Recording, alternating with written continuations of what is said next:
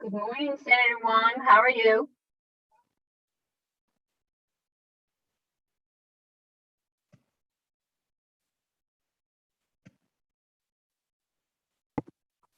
Morning, everybody.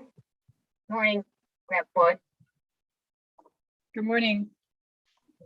Hey, Laura, thanks for coming. It's my pleasure, really. Yeah, we look forward to this. Diane, how are we doing with the tech stuff? Is everyone okay? So far, so good. Great.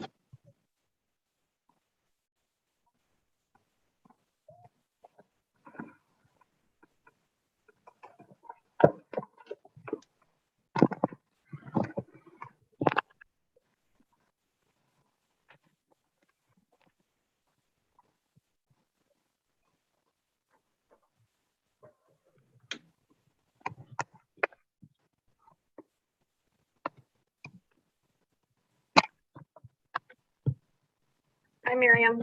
Hi. Very nice to meet you. It's very nice to meet you. Yeah, thank you so much for coming today. Oh, I'm honored to participate. I think I have a question for Diane about screen sharing. If you're doing the tech, Sure. I use two monitors and I want to make sure that works. So Do we want to try it right now? Diane, can we give it a run? Why don't you try it? is there something I need to do at my end to do that, or do I think you click down at the bottom Okay. screen. Okay, and it gives me these options. Okay, I can take it from there. Great. Got it. Thank you. We're all pros now. Hi, Catherine. Thanks for joining. Good morning. Thank you. And Rachel and Kara, thank you for coming. Any of the panelists have any questions before we get started? Hi, Drew. Oh, Drew, Good afternoon. Good afternoon. Can you guys hear me okay? I'm actually having some home internet problems, so hopefully things will remain stable, but I'll try to get those fixed between now and the time that I'm on. Thank you. All right, so I just real quick, we kind of separated this into two sections where we have the private equity and consolidation. Oh, we're recording already? It's okay. So yeah, I'm just kind of talking to the speakers now. Well, we'll do Catherine, Laura, Miriam, Rachel, and Kara first. We'll do questions and answers, and then we'll go to Drew and Sarah. So the first speakers, feel free to jump off after those questions.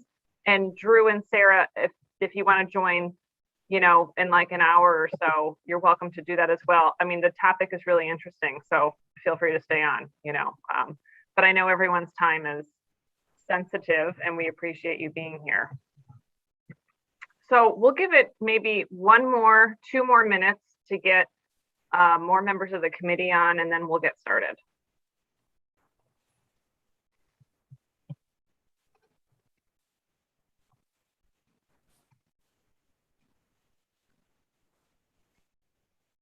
Is Robin Comey? Oh, there's Comey. Senator Wong is here.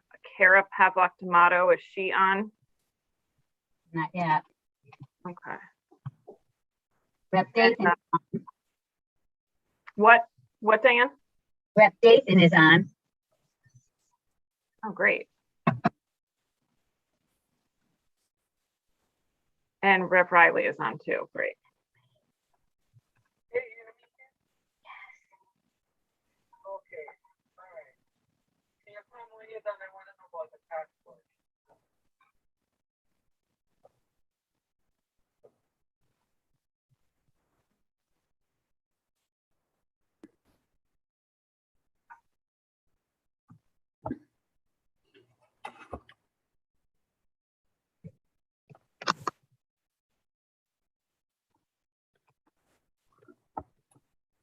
Okay, we'll get started. Diane, you want to give me a thumbs up when we're ready? I'm sorry, Carrie. Let me know when we're ready to start. You're ready. Okay, great. Well, thank you everyone for coming to the forum today. This was put together with really experts on this topic, and I just want to say I'm so thankful that everyone found time for doing this. This forum is called Consolidation, Private Equity and Drug Pricing in Healthcare Costs. And how we're going to do the forum today is have Catherine Gudikson from the Source on Healthcare Price and Competition, followed by Laura Alexander, who's Vice President of Policy at the American Antitrust Institute, followed by Miriam Weizenbaum from the Office of Rhode Island Attorney General, and Rachel Davis, Assistant Attorney General, and Kara Passero from the AG's office here in Connecticut. I want to thank the Insurance and Real Estate Committee members for working so hard to put this together, along with advocates, members of the healthcare industry, researchers, consultants, and others that brought these wonderful speakers together. Before we get started, I just want to see if there's any comments from our members. How about Vice Chair Robin Comey? Thank you, Representative Wood. I'm just so pleased to be here. I can't wait to get to hear what we've got all of our guests have to say today. We have some incredibly important folks that took time out of their day from a national and from the state. So thank you for putting this together, Rep Wood, and to all the folks that are joining us today. Thank you. Thanks, Rep Comey. And Ranking Member from the Senate, Senator Wong, any comments? Just quickly, I wanted to acknowledge Chairwoman Wood for coordinating this event. Getting all of these players together was no easy task. Acknowledging that Diane did a lot of work on this, but these are critical issues for us as a legislative body to work towards solutions. It's critical for our constituency. So thank you for everybody being here. And even though we may not have a huge attendee audience, I think this being recorded will be a valuable resource down the road as we explore this subject in the legislative session. So thank you very much, Madam Chair. Appreciate the opportunity. Thank you, Senator. So we will get started with our first group of speakers, followed by questions and answers from legislators, and then we will go to our drug pricing with Drew Gateen and Sarah Emond, followed by questions and answers. So at this time, I'd like to ask Catherine Gudikson, a PhD, if she'd like to give an intro on herself and start her presentation. Sure, thank you very much. Thank you for inviting me to speak with you today. My name is Katie Gudikson, and I work at the Source on Healthcare Price and Competition, which is a fully grant-funded think tank, essentially, at the University of California, Hastings College of the Law in San Francisco.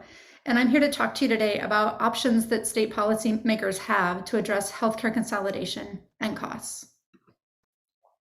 So we all know that the cost of healthcare has been increasing rapidly. And as you can see here in a graph from the American Enterprise Institute, the cost of medical care services, and especially hospital services, has increased much faster than inflation over the past 2 decades and has outpaced wage growth and nearly all other parts of the economy. According to the Healthcare Cost Institute, after accounting for inflation, annual spending on healthcare increased by over 18% between 2014 and 2018, which amounts to an increase of approximately $610 per American. Nearly 3/4 of that increase, or $453 per American, is due simply to an increase in prices for the healthcare, with about 20% due to an increase in quality and 4% due to the fact that the American population got slightly older over this time. So simply put, prices are the primary reason why the US spends more on healthcare than any other country. And I want to take just a minute to put some perspective on those numbers. So let me share what we'd be paying at the grocery store if groceries increased at the same rate as healthcare costs. So if since the end of World War II, the cost of food increased at the same rate as healthcare services, a dozen oranges would be $57, a dozen eggs would cost us $65, and a gallon of milk would be a whopping $160. When viewed this way, it's clear that healthcare costs are very expensive. So why? Why are US healthcare prices so high? I'll argue that there are 2 failures that have allowed prices to increase so fast. And the first is a failure to protect competition and rigorously enforce antitrust laws. And the second is a failure to act when the competitive forces in the market are no longer sufficient to constrain these price increases. So first, a failure to protect competition and rigorously enforce antitrust laws. From 1991 to 2011, the FTC didn't win a single case to prevent a hospital merger. And this did two things. It caused the FTC to back off enforcement in healthcare and really focus their efforts on other industries. And it also encouraged hospitals to merge and increased consolidation dramatically over this time. So today I'm going to talk about three types of mergers that contributed to this healthcare merger mania: horizontal mergers, vertical mergers, and cross-market mergers. So first, horizontal mergers. This is where two similar providers that compete for patients merge. So this could be two hospitals or two physician practices of the same specialty in the same city. So on the price side, multiple studies covering a range of years and using a variety of methods demonstrate that prices increase following a hospital merger. And the magnitude of this price increase can be quite large, often 20 to 40%, and sometimes even higher. In addition, research shows that these price increases drive premium increases as other hospitals in the area shadow price this newly merged system, and insurers just pass the increased costs on to employers and patients. Research also shows that mergers reduce wage growth for healthcare workers employed by the systems, and on the quality side, the results are mixed at best. A few studies show gains for a few of the measures considered, but there's also evidence that quality suffers when hospital markets are less competitive, including findings of higher patient mortality for a variety of conditions in consolidated markets. In general, hospitals have largely failed to deliver on the promise of increased quality that is used to justify a merger.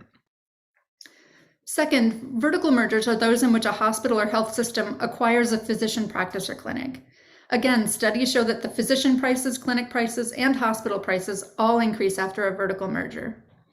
Additionally, other studies show that physicians employed by health systems often refer patients for unnecessary or inappropriate care. For example, a study by Young and colleagues found that the odds of a patient receiving an inappropriate MRI referral increased by more than 20% after a physician transferred from independent practice to hospital employment. And just like with horizontal mergers, there's little evidence that hospitals deliver on promised increases in quality. Additionally, vertical mergers have often not been reviewed by antitrust officials or have been found not to be any competitive. This attitude may be changing as the FTC launched a study on how acquisitions of physician practices have affected the market. And just earlier this month, the FTC commissioners voted to withdraw the vertical merger guidelines, saying they wanted to provide clearer guidance on the characteristics of transactions that are likely unlawful. Nevertheless, federal enforcers may struggle to learn of acquisitions of physicians and clinics because only mergers over the Hart-Scott-Rodino threshold need to let federal regulators know before they merge. For 2021, this threshold is $92 million, so most physician practice acquisitions don't need any federal approval. And third, cross-market mergers are those in which the two entities don't compete for the same product or in geographic market, like the merger of a rural hospital with an urban hospital, or a general hospital buying a psychiatric or children's hospital. There's little to no patient overlap between the merging entities, so traditional economic theory suggests there should be no problem, and antitrust enforcers have nearly ignored them. However, a growing number of studies have not only shown that hospitals increase their prices when they're purchased by an out-of-market hospital system, but that prices increased at the acquiring hospital and other bystander hospitals in the area. New data from our collaborators at the Petrus Center at UC Berkeley suggests that more than half of the hospital mergers that have occurred in the last 5 years were cross-market mergers, so it's an area that antitrust enforcers should keep a close eye on. So what's the result of this merger mania? Large health systems with market power. These data showing prices in California from 1995 to 2016 show that hospitals in the largest systems, that's the teal line here, charge the highest prices, and that the difference between these largest systems and all other hospitals has been increasing over the past few decades. So what can states do to prevent anti-competitive mergers and protect competition? In any state, the AG can file a lawsuit to block mergers that substantially lessen competition, but that standard is frankly quite high, and the significant resources needed for a trial mean that enforcers are only likely to oppose the largest mergers. So recognizing the need for better oversight, some states have passed laws requiring review of hospital mergers, and you can see that review authority varies widely across the country. Connecticut is one of the very best states in terms of merger review authority, primarily through the Office of Health Strategy and its Certificate of Need program. OHS can block mergers or impose significant restrictions on hospitals wishing to merge, but these conditions typically only last for a few years, and hospital systems may choose to abide by price caps or other restrictions for these few years in exchange for the significant market power that they'll have when these terms expire. Similarly, Connecticut stands out as one of the few states that reviews most transactions involving physician practices. In most states, no agency is even notified before a transaction happens. As many of you probably know, the CON program at OHS also reviews many physician practice acquisitions, but the oversight is not as strong as for hospitals. CON approval is often not required when the transaction is of less than 8 physicians, and even when a CON is required, there's a presumption in the law toward allowing the transaction to happen. Laws could help improve the oversight of physician practice. I know there was a discussion of SB 238 this year, but it may be important to fill in gaps of OHS's current oversight. Unfortunately, however, in many healthcare markets, the train has left the station and the markets are already too highly concentrated, so blocking future mergers may not be enough to bring down prices. So states need to deal with the anti-competitive behaviors that accompany the market power that already exists, which brings me to my second failure, a failure to act when competition becomes insufficient. Anti-competitive contracting practices have been the subject of many news exposés, and we examined how dominant health systems can exert their market power. And we identified a number of specific contract provisions that may be used to increase prices, but in the interest of time today, I'm going to focus on the 2 most important: all or nothing or affiliate contracting, and anti-tiering, anti-steering clauses. When using all or nothing contracting, a health system demands that an insurer or payer include all of their facilities in a network or none of them. So imagine an example where a health system has facilities in multiple geographic markets. So I've shown this health system with the white facilities and the markets here as dotted circles. Let's also assume that in some of these markets, the health system has a must-have provider. I've marked these with the red crosses. And a must-have provider is one that an insurer has to have to offer an economically viable product. So it could be because of network adequacy laws that it's the only provider in the system. I've shown that in the upper left corner. Or because the reputation of the facility is so high that patients and employers will simply demand that it be in the network. And so I've denoted the hospital in the center bubble with a red cross to label it as a must-have academic medical center. In this example, the lower right-hand oval, the market looks competitive. And an insurer might choose to exclude the white hospital if it's demanding really high prices or is of low quality. However, if this health system uses all or nothing contracting, the health system requires the insurer to cover all of their facilities or none of them, which means that without including that low value hospital in the lower right-hand corner, the insurer can't offer a competitive competitive product in the other 2 markets. So as a result, the insurer is left to decide whether to include this low value, high cost market in a hospital in a market that should be competitive, or to lose viable products in other markets. Second, anti-tiering or anti-steering laws, when an insurer is trying to control costs, they essentially have 2 options: either remove the high cost, low value providers from their network, or steer patients toward higher value providers. As I just explained, some health systems won't allow an insurer to simply remove the low value, high cost options. So all that's left for insurers is to try to steer patients to higher value, low cost care. A dominant health system, however, can demand that all facilities be placed in this most desirable tier with the lowest cost sharing, regardless of whether all the facilities meet cost and quality metrics that the insurer has laid out for this tier. This is known as anti-tiering or anti-steering clauses, and it can be used to further tie the hands of insurers seeking to control costs. I'm sure that by now, many of you have heard of the lawsuits filed against Sutter Health in California. And in these lawsuits, the plaintiffs allege that Sutter used a combination of exactly these terms, all or nothing contracting and anti-tiering clauses, in conjunction with gag clauses and excessive out-of-network prices to drive up healthcare costs in Northern California. 7 years after the lawsuit was filed, a judge just approved the settlement that included $575 million in damages and injunctive relief to prevent Sutter from using these contract clauses in the future. So the Sutter case demonstrates that a lawsuit can stop anti-competitive contracting in some instances, but lawsuits are costly and time-consuming, denying immediate relief for patients and employers. So we view litigation as something that should supplement good legislation. So one can think of litigation as a farmer watering a single plant, but legislation as an irrigation system that brings relief to the entire field. So in order to prevent these terms I've talked about, a few states have passed laws banning those contract terms. Massachusetts has had a ban on anti-tiering and anti-steering clauses since 2010. And the Congressional Budget Office estimated that if Congress passed a similar nationwide anti-tiering ban, total employment-based healthcare costs would decrease by about $500 million annually. Earlier this year, Nevada passed SB 329 to ban anti-tiering and all-or-nothing clauses. And in it, it joined Massachusetts as the second state to ban anti-tiering and anti-steering laws and became the first state with a broad ban on all-or-nothing contracting.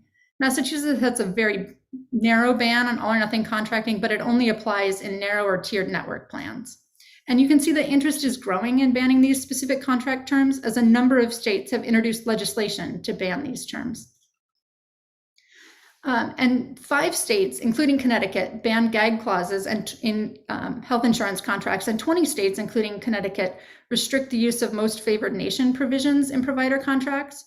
While I didn't discuss these terms in detail today, I show these maps to demonstrate that some states, including Connecticut, have already passed laws restricting specific terms in healthcare contracts, and bans on all or nothing or anti-tiering and anti-steering clauses can be viewed as simply an extension of these existing laws. So laws that ban particular contract terms, while important, can wind up being like a game of whack-a-mole, where dominant health systems keep trying some new billing practices or ways to charge excessive prices, and policymakers keep trying to tap back down on those efforts. To stop this cycle, states need some agency that oversees the market to ensure access to affordable healthcare. So while OHS currently reviews most mergers, there are a few holes in that oversight, and additional tools may be needed to restrain healthcare prices. For example, the Office of the Health Insurance Commissioner in Rhode Island has affordability standards that allow the Health Insurance Commissioner to deny contracts where provider rate increases exceed an inflationary cap. And so this authority changes the negotiation dynamics in Rhode Island. Policymakers may also need to consider regulating or capping really excessive provider rates. One proposal by economists at Harvard is to cap prices for the very highest priced providers in a market, and then couple that with price growth caps that vary inversely with provider service prices. That is, allow smaller price increases for the providers that are very highly priced. And other options like out-of-network caps or public options can apply some downward pressure on the highest priced provider. Provider market power is simply a problem that's not going to go away, and excessive prices are the result of failure to rigorously enforce antitrust laws and to act when competition fails. State agencies need increased merger review authority, but years of ineffective antitrust enforcement means that state policymakers also need to consider a multi-pronged approach, including litigation, legislation, and regulatory oversight that work in mutually reinforcing ways to promote competition. Thank you very much. Should I pass it to Laura now? Yes, thank you, Katie. We'll have the first group of speakers all do their presentations, and then we'll open it up for questions. Okay, great, thanks. So next up is Laura Alexander, Vice President of Policy at the American Antitrust Institute.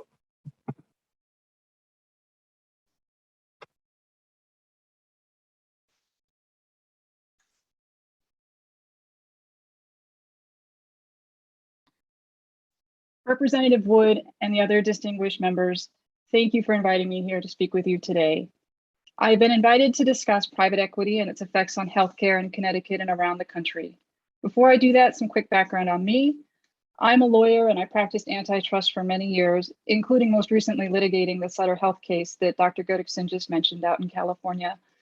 Currently, I serve as Vice President of Policy at the American Antitrust Institute, an independent nonprofit dedicated to research, education, and advocacy on the benefits of competition and the use of antitrust enforcement as a vital component of competition policy. I want to start today by addressing why you should devote your valuable time and attention to the role of private equity in healthcare. I will give you approximately 750 billion reasons why. So this slide, taken from a report that I put together recently with Dr. Richard Scheffler, a healthcare economist and the head of the Petra Center at the University of California at Berkeley, depicts the volume of private equity deals in healthcare over the last decade. As you can see, the number of private equity deals and the value of those deals is growing rapidly. The year before the pandemic, private equity companies did almost $120 billion worth of deals in healthcare. All told, private equity deals in healthcare in the last decade total more than $750 billion. All expectations are that the volume of private equity deals in healthcare will only grow. To explain why the increasing focus of private equity on the healthcare sector is concerning, I want to explain what private equity funds are and how they operate.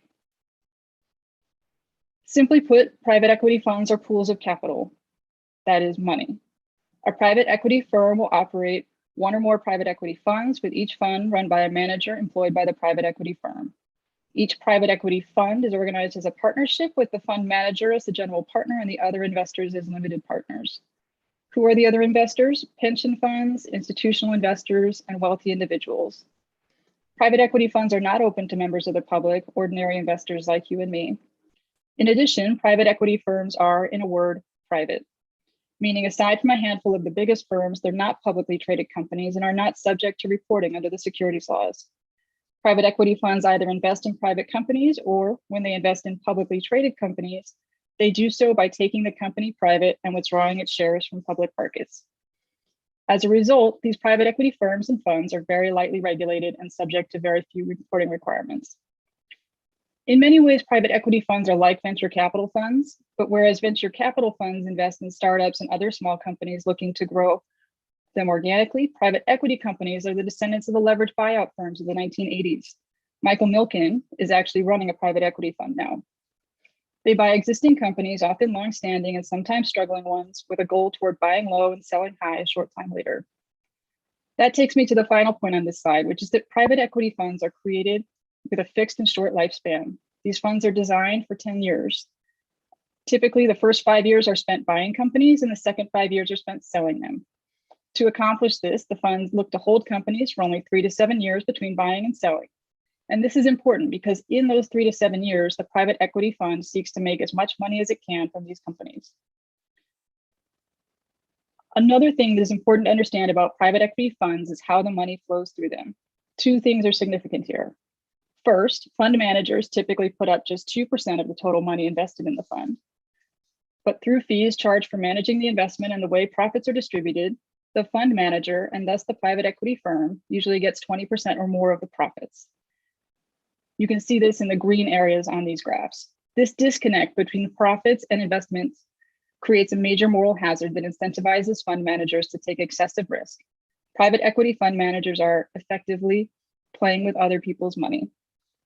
Second, you'll notice that the vast majority, more than 70% in the typical fund, of the money invested by private equity funds comes from banks, as indicated in yellow on this slide. This money comes in the form of debt. When a fund seeks to buy a company for, say, $1 million, it will finance that purchase with $200,000 to $300,000 in cash, and the remaining $700,000 to $800,000 will be debt financing. The important thing to understand, though, is that this is not the private equity fund that is on the hook for the loan. The loans are taken out in the name of the company being acquired. So if a private equity fund buys an outpatient clinic for $1 million, as soon as the transaction closes, that clinic is $700,000 to $800,000 in debt. Simply put, private equity companies make short-term debt-financed investments, and the way private equity funds are structured gives managers incentives to take excessive risks because they have very little of their own money at stake. Now that I've explained a little bit about the private equity model, I want to talk about private equity strategies for profiting from healthcare investments. A typical private equity investment strategy in a healthcare company is what is called the buy and build or roll-up model. The basic idea is this. The fund will buy a medium-sized healthcare company. It could be a small chain of clinics, a small hospital system, a larger specialty practice group, or an ancillary service provider. Then the fund will use that company to buy other companies in the same line of business in the same local and geographic market, and will roll up a large swath of the market into a single company. In this sense, private equity funds consolidate markets. Private equity funds are motivated to consolidate markets for several reasons. They argue that this consolidation helps achieve economies of scale and other efficiencies. This may in some cases be true, but there is more to it. First, consolidation can allow the fund to accumulate market power, which it can leverage into higher prices and better contract terms for the fund. Second, bigger companies have access to cheaper and more plentiful sources of additional debt. By consolidating the company, the private equity fund can load it up with even more debt and sell it to another private equity fund that plans to do the same. At the same time this consolidation is going on, the private equity owner will bring its own managers in to run the company. Often this involves cutting costs by moving to cheaper suppliers, many times provided by companies with a connection to the private equity fund, or by reducing staff. The managers installed by the private equity fund will also focus on increasing short-term revenue generation. This may involve encouraging providers to focus on more profitable procedures, aggressive billing, contracting, and debt collection practices, or selling off the company's assets. In the case of real estate, like hospitals and clinics, assets are often sold to real estate investment trusts affiliated with the private equity firm. And the providers are then required to enter into long-term leases to use what were formerly their own facilities. Finally, throughout this process, the private equity fund and its affiliated businesses are collecting fees from the company. These fees are over and above the fees the private equity fund manager collects from the investors directly. The fees paid by the company can include management fees the company must pay to the fund for providing management advice to the company, and often transaction fees for things like the sale of assets. So what are the consequences of these strategies for healthcare markets? Poorer healthcare outcomes, higher prices, lack of competition, and decreased stability in markets. We're only just beginning to understand the repercussions of these private equity strategies in healthcare, and more study is needed, but what we have seen to date is troubling. Evidence from 2 recent studies by the National Bureau of Economic Research suggests private equity investments in healthcare decrease quality of care and increase price. A study of private equity acquisition in the nursing home industry showed a decrease in quality of care metrics and a 10% increase in mortality rates after private equity takeovers. All of this despite an 11% increase in Medicare payments per patient per stay post-acquisition. A study of unreportable mergers in dialysis centers found increased mortality and rates of hospital admission post-merger, suggesting private equity's buy and build strategy may be costing patient lives. Outcomes such as lower quality and higher prices are to be expected from decreased competition, as you just heard. Private equity's buy and build approach is designed to consolidate competitors, but the impacts of this strategy on competition are poorly understood. And that's for several reasons. One reason is that the vast majority of private equity transactions, particularly in healthcare, are unreported and not subject to approval by federal antitrust authorities. By using a series of small acquisitions that fell below federal antitrust reporting thresholds, private equity companies consolidate competing healthcare providers with little to no scrutiny by federal antitrust authorities. A second reason why these practices escape federal antitrust scrutiny is that healthcare markets are local. People want to see doctors near where they live and work. The big risks to competition from private equity strategies are in these local markets, which is why I'm encouraged to see Connecticut state lawmakers paying attention to these issues. States are in many ways best positioned to address these local and regional competition concerns. The final major concern from private equity investment in healthcare is decreased stability. It's one thing when private equity investors drive a toy store into the ground, as they did with Toys R Us. It is quite another when they drive a hospital into the ground, as they did with Hahnemann Hospital in New Jersey, leaving patients without access to hospital care. By depleting assets and engaging in other risky financial strategies, private equity companies make these critical providers less resilient. They are at increased risk of bankruptcy and less able to withstand financial shocks, such as a pandemic. So what can be done? I would like to offer a few suggestions of partial solutions to address the threat posed by private equity in healthcare. Some of these can be implemented in states that are have been implemented in states that are ahead of the curve. Others require federal intervention. First, we need to increase scrutiny of private equity transactions in healthcare by antitrust authorities, with an eye toward competition concerns and financial risks.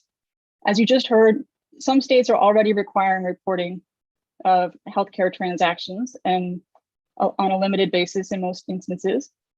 But where those reporting requirements require reporting to healthcare agencies or insurance committees or agencies that are not focused on competition concerns, the concern is that those agencies are doing good work but lack the expertise and the competition issues to effectively provide that type of oversight. Second, private equity companies are skilled at exploiting regulatory loopholes. These can be identified and closed. as Congress recently did with surprise billing, a despicable strategy pioneered by 2 private equity companies. Other loopholes include gaps in anti-kickback statutes that fail to account for private equity funds' complex partnership structures, and tax rules that allow private equity funds' profits to be taxed at favorable rates. Third, consider banning sale-leasebacks of healthcare facilities.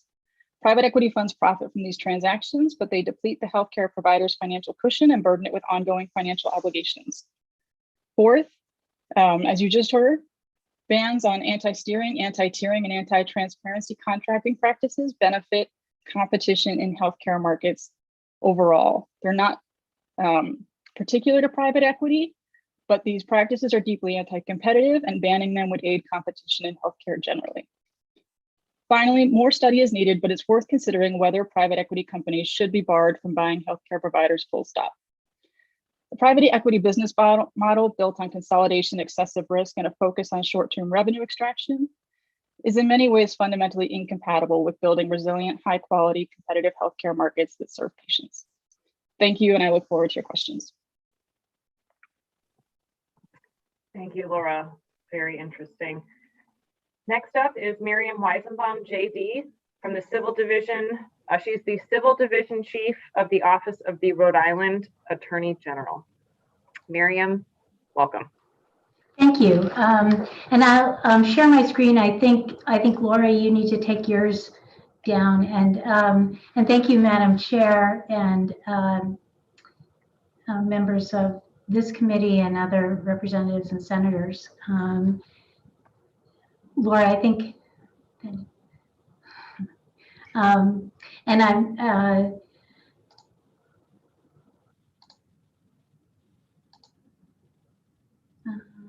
I think mine should be taken down, is it not?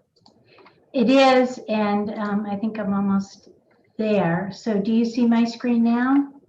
Yes, we can see it, Miriam. Great. Okay, great. Thank you.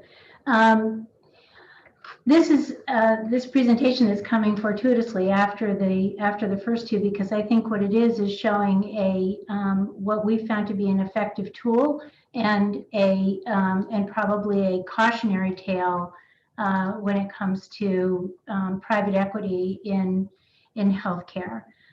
So first of all, I'd like to talk a little bit about the tool that we have here in Rhode Island, and maybe of interest to others. And essentially, this is a statute called the Hospital Conversion Act that gives the Attorney General and the Department of Health the authority to review certain hospital transactions pursuant to certain review criteria. I'll go through that.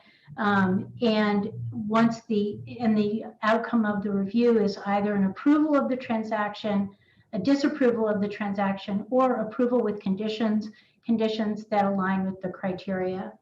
And we recently reviewed a transaction involving Prospect Medical Holdings, which at that time had a 60% private equity owner that was seeking to exit. So that was the transaction that we were reviewing, and I'll talk about that and how, because of this statutory framework, we kind of missed some of the bullets that you've heard about so far. So the purpose, I'm going to go through it quickly. The purpose of the Hospital Conversion Act is really to establish this review process to monitor hospital performance following the review. The authority of the Department of Health is to protect public health and welfare, while the authority of the Attorney General is to preserve and protect public and charitable assets. And then, as you'll see, there's also language in the Attorney General criteria that pertain to overall protection of quality and access and cost. And then there's also a provision in the Act that allows for independent foundations where there are charitable assets that need to be placed somewhere, which is not part of the story that I'm going to tell. What constitutes a transaction we would review? It's called a conversion. There's nothing religious about it. And any transfer of 20% or greater in a hospital, so it could be change of ownership, control, membership interest, voting rights. If it's 20% or more, that review is triggered by our office and the Department of Health. We do those reviews concurrently. just briefly and graphically, this is the process. We initially have preliminary discussions with the. I don't think your slides are progressing. It's still on slide number 1 on our screen. Oh, goodness. Well, it's not on mine. I'm not sure what to do about that.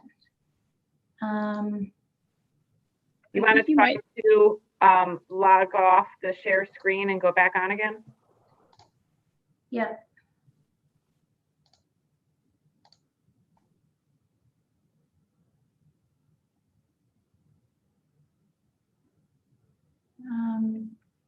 Just a moment, because this slide went down. I apologize about that.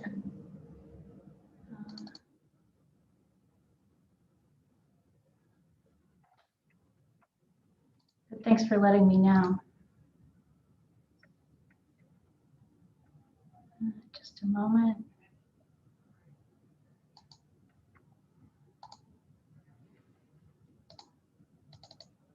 Okay, do you see a slide with descending green boxes? Yes. Okay, well, and I'll let you know when I advance it, and you can let me know whether that works or not. So the review process begins with discussions with the parties. I'm sure a process you're familiar with in other contexts.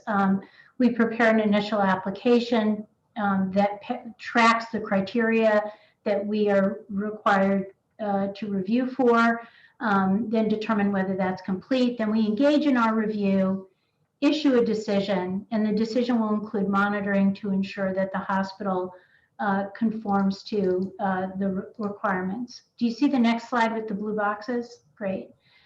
So these are the criteria that the Attorney General reviews: governance, conflict of interest, charitable assets, antitrust. So that's new, actually, and that's a significant addition for our purposes, because as you'll see, when we're doing a review, the applicants have to pay for the experts. Those experts include attorney experts as well as economists. And so by adding antitrust to one of the criteria where there is a competitive component that needs to be reviewed under the antitrust law, the parties have to pay for the experts for that as well.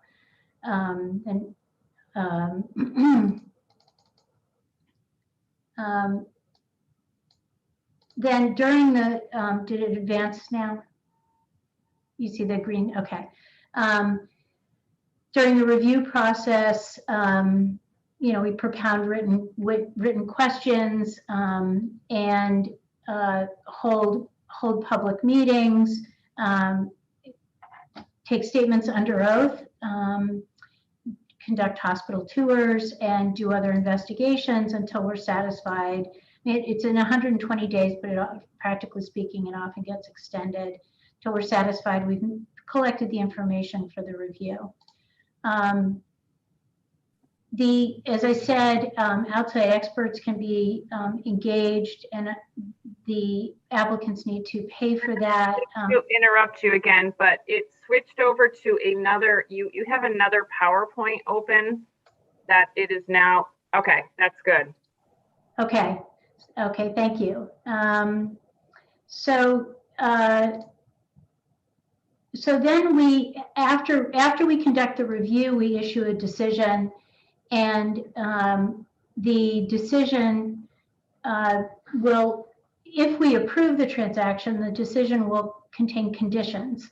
And those conditions must relate to the criteria, although importantly, for our purposes, although we set up the decision so that it can survive a challenge, that's actually never been challenged or tested. But that's the gist of the act. It's not the clearest drafted statute. And then we go on to monitoring of those conditions, and the monitoring, the parties are obligated to pay for the monitoring for 5 years. So that's a quick run through of the Hospital Conversion Act, and I'd like to now talk about the particular experience that we had. and this was a review in a for-profit context. There are slightly different rules where it's a not-for-profit. So for example, right now we're looking at a proposed merger between two of the largest health systems in the state, both not-for-profit. This involved a for-profit because Prospect Medical Holdings owned 2 hospitals in Rhode Island. And importantly, the act provides that it's the job of the Attorney General to ensure that the acquirer adhere to this minimum investment to protect the assets, financial health, and well-being of the hospitals and for community benefit. So there's really a broad delegation of authority that gave us a lot of room to work within. The prospect itself, in the course of this transaction, raised causes for concern. So just to give you, so first of all, there's the transaction itself that we were reviewing. Prospect Medical Holdings at the time was owned 60% by Leonard Green, a private equity company that bought in healthcare and other places and had the 60% ownership. Prospect Medical Holdings owned at the time 17 hospitals in 5 different states. And because Leonard Green wanted to exit, so Prospect Medical Holding was buying back that 60% interest, it couldn't be done until we approved it. So even though it's a national company, we were able to actually hold up the whole transaction until we were satisfied that our hospitals weren't going to get the short end of that stick. At the time Prospect came in and purchased those 2 hospitals in 2014, it was its assets exceeded its liability by $67 million. At the time of our review, the liabilities exceeded assets by $1 billion. It was a 2-to-3 ratio of assets to liabilities.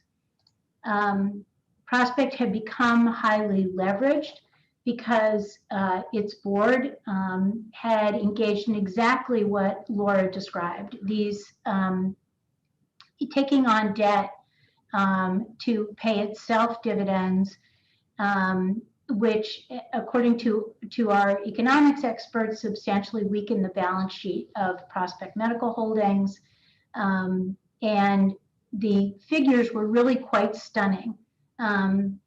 Prospect took out a $1.12 billion loan, paid off some debt, and then paid almost $500 million in dividends to its partners and to Leonard Green. This left, which is what led to it being highly leveraged.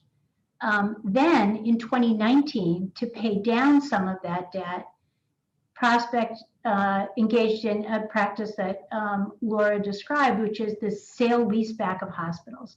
So they went around to hospitals around the country in the 5 states they own them. They did not do this in Rhode Island. This law prevented them from doing that. It would have been very difficult. They went around and they sold off hospitals and used the money they got to pay down part of their debt, while of course continuing to pocket that nearly $500 million in dividends. And reducing their ability to borrow any money, meaning that their margin was much tighter. And given the vagaries of the healthcare market, there's very little protection.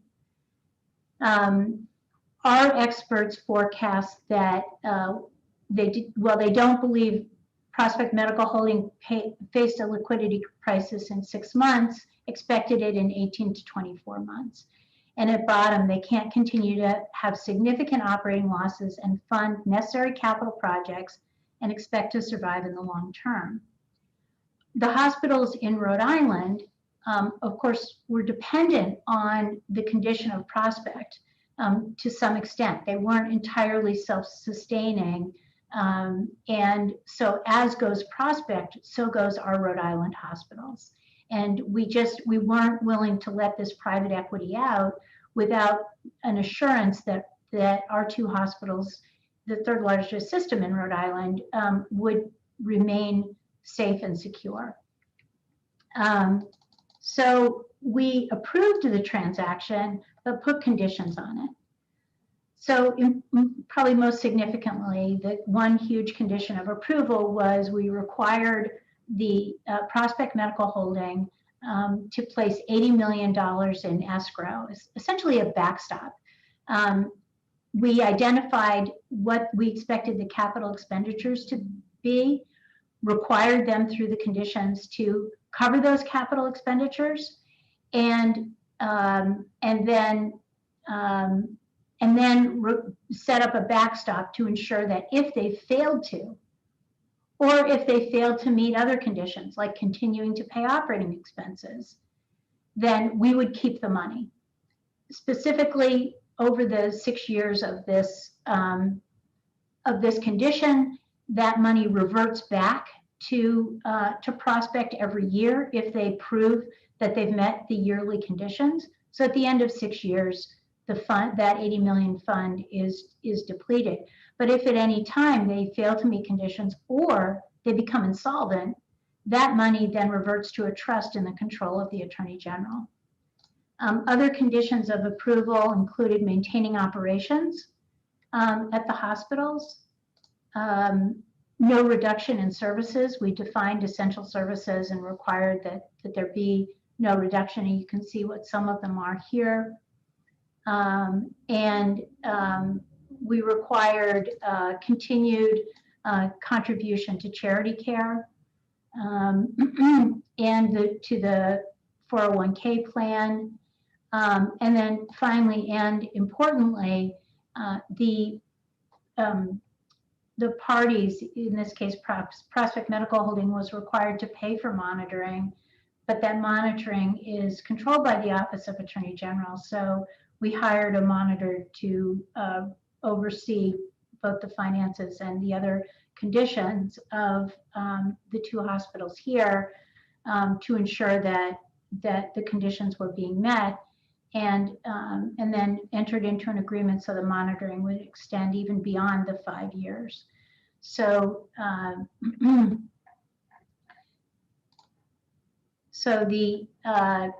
so as you can see, this was an example of an opportunity to really suffer all of the horrors that Laura and Catherine have described, but that so far we have managed to avoid with the operation of this statute. Thank you very much for sharing that with us. We're going to move on to our next speakers. If you just want to log off to your screen there in the meantime. And our next speakers are Rachel Davis, Assistant Attorney General from the Office of Connecticut's Attorney General, and Kara Passero, who's the Chief Counsel and Director of Legislative Affairs. Welcome, Rachel and Kara. Thank you. So Rachel is going to provide a presentation on the antitrust aspects of our work, and then I'll be available for the Q&A afterwards. Great.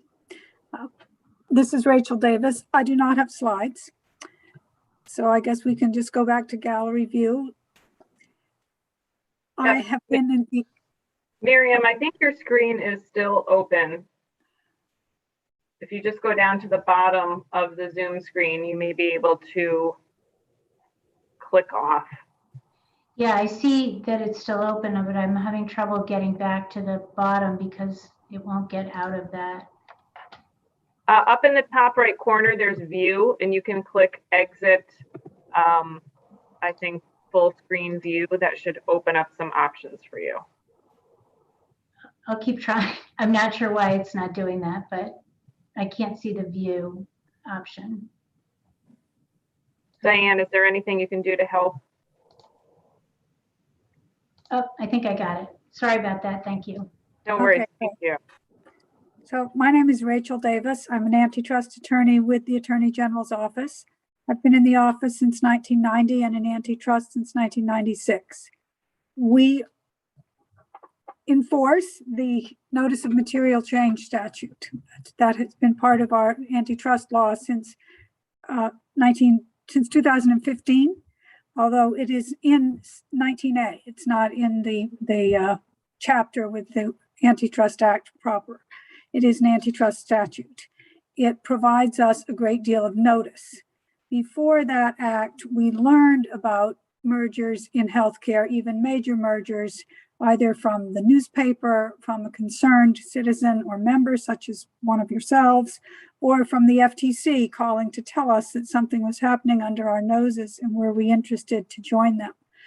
This happened noticeably with a large physician practice on the shoreline. We learned from the FTC that one of the hospital systems was looking to acquire that physician practice and would we like to join in their effort, which we did, of course, but it pointed up the fact that we were not getting notice of physician practice mergers. We were also not getting official notice of the very large mergers that did require Hart-Scott-Rodino filing until, again, they came up in the news or we were otherwise informed. And the laws that were enacted in 2015 solved that for us. So we now do get notice of material changes to physician practices. We also get annual reports of large physician practice groups and of hospital affiliations.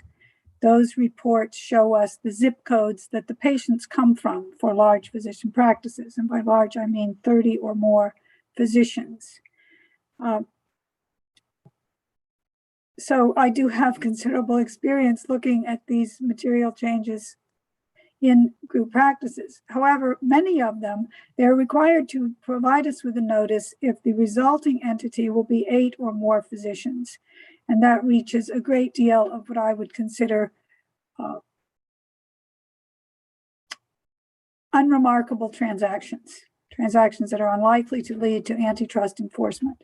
It is good to see them, to see the trend, but it isn't going to lead to additional antitrust enforcement because the antitrust goal is to preserve competition. We don't have within the Notice of Material Change statute a broader goal to try and regulate healthcare or health providers. Let's see, was there anything else I was going to comment on here? Oh, I was also supposed to open by saying these remarks are my own. So bear that in mind. I sometimes have a tendency to talk beyond anything that's been previously discussed. We are aware of the CON proceedings. We are not part of the CON proceedings. But our review, it does not require an express approval. We are given 30 days to review the notices.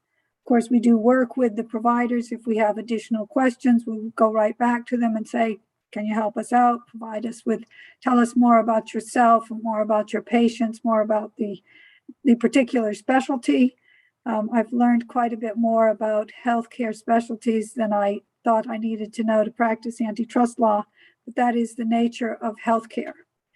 Sometimes one of the first things I need to do is go back and say, what are the services that are included in what you do before I can figure out who the competition is.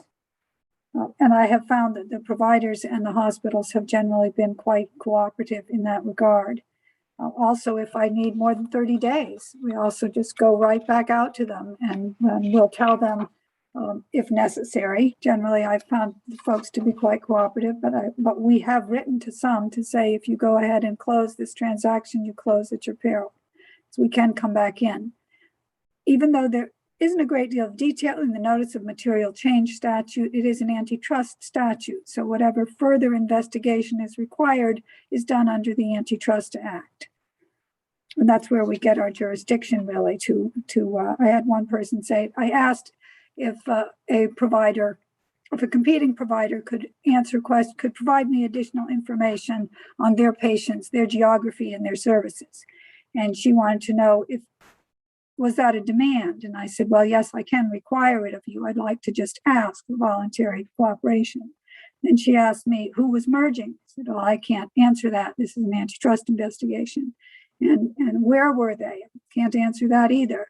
These are confidential investigations. So there is not a public comment role in our review of the physician practice mergers. However, when they consummate, they do go to the Office of Health Strategy, and they will appear on the databases that are maintained by the Office of Health Strategy. That is publicly available. So I feel like it is definitely an improvement over the kind of blinders that we had before this 19A 486 little I came in, but it is an antitrust statute. It is not a broad-based healthcare regulatory statute. It is not a regulatory statute. And I'd be happy to answer questions. Kara? I don't know if you wanted to just walk the group through the sort of the process from when you get the notice and sort of give an example of how you might analyze a transaction. Sure, I'll do that. So when someone needs to report that they are have a material change or proposing a material change that will result in a group of 8 or more physicians, they're required to file a notice. That notice is available through the Attorney General's website.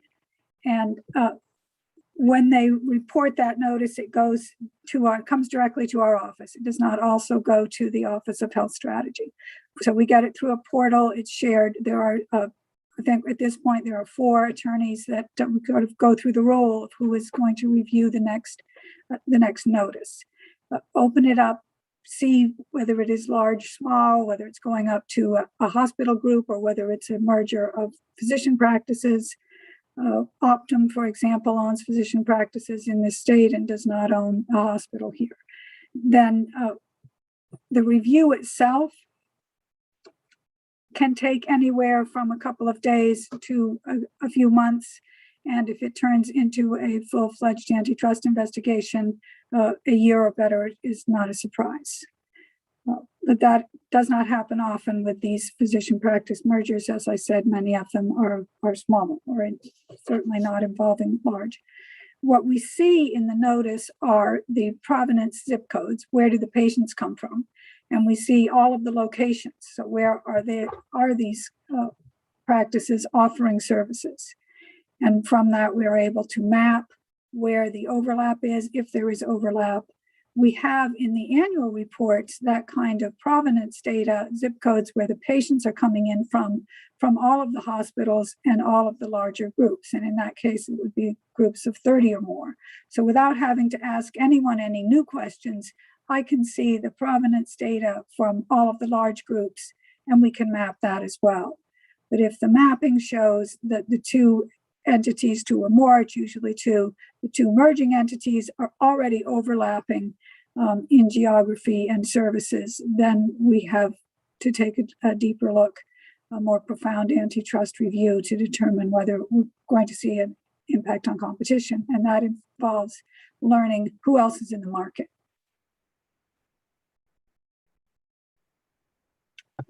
Great. So why don't we open it up for questions? We'll get this first group of speakers wrapped up by 1:30. So I'll just let everyone on the panel know we likely have tons of questions based on those presentations. So I'm just going to jump right in and try to move through these really quickly. For Rachel and Kara, based on Miriam's discussion, is there any sort of concern with Prospect owning ECHN here in Connecticut? Well, Prospect does own 2 hospitals in Connecticut. Which are the 2?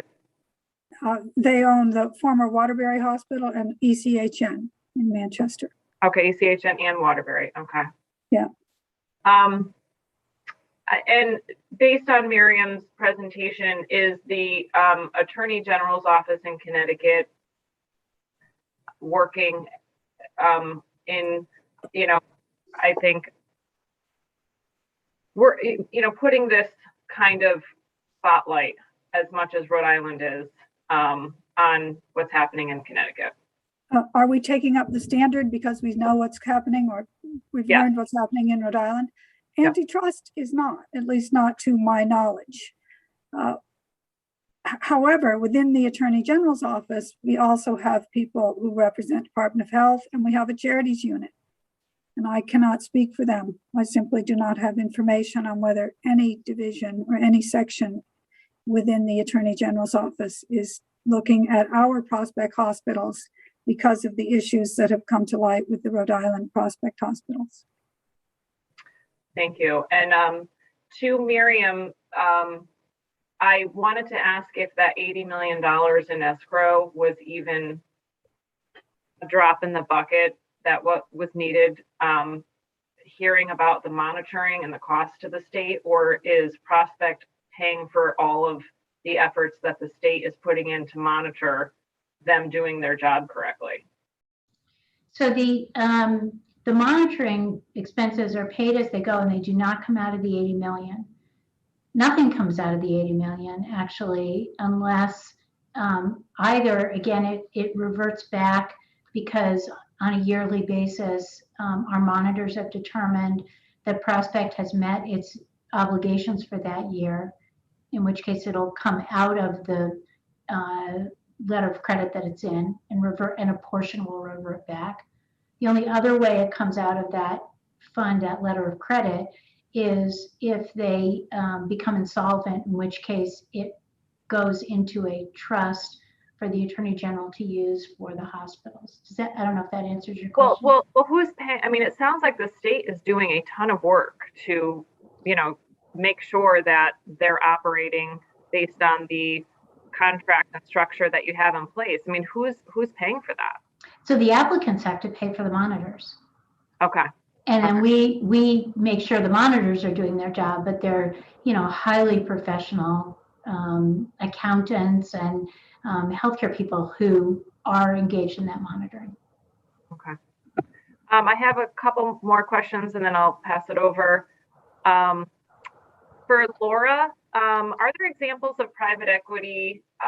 I just want to play devil's advocate here. Has there been any examples of private equity coming in, making improvements and improving outcomes in a hospital system? Like, is there a good story to tell, or is it when private equity gets involved, pricing goes up and quality goes down?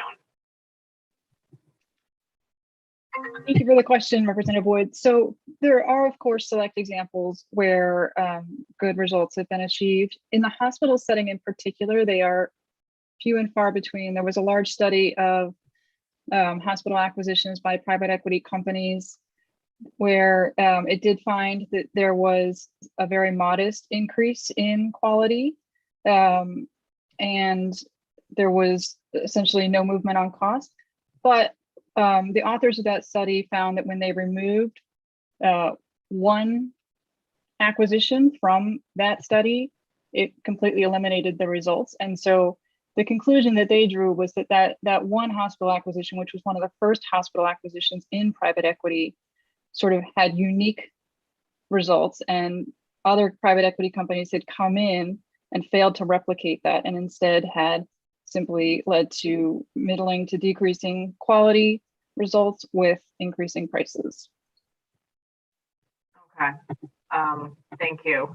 And do you know how prevalent private equity is here in Connecticut, buying health systems and practices by any chance? So I don't have any Connecticut specific data. I do know that one of the biggest growth areas for healthcare acquisitions by private equity companies is in outpatient services. And with regard to outpatient services, approximately 5% of those acquisitions are in New England. So we find that one of the concerns with private equity is in healthcare is that one of their investment strategies seems to be to target particular local regional markets and particular specialties. And so you'll see them go into not just elder care, but elder care in adjacent Midwestern states, for example. Or more recently, hospice care has been a big growth area for private equity. And because it is at this local regional targeted level, it's of both lesser concern and harder to detect by federal authorities. But we have not seen specific focus on Connecticut, but of course there are plenty of private equity deals going on in Connecticut. And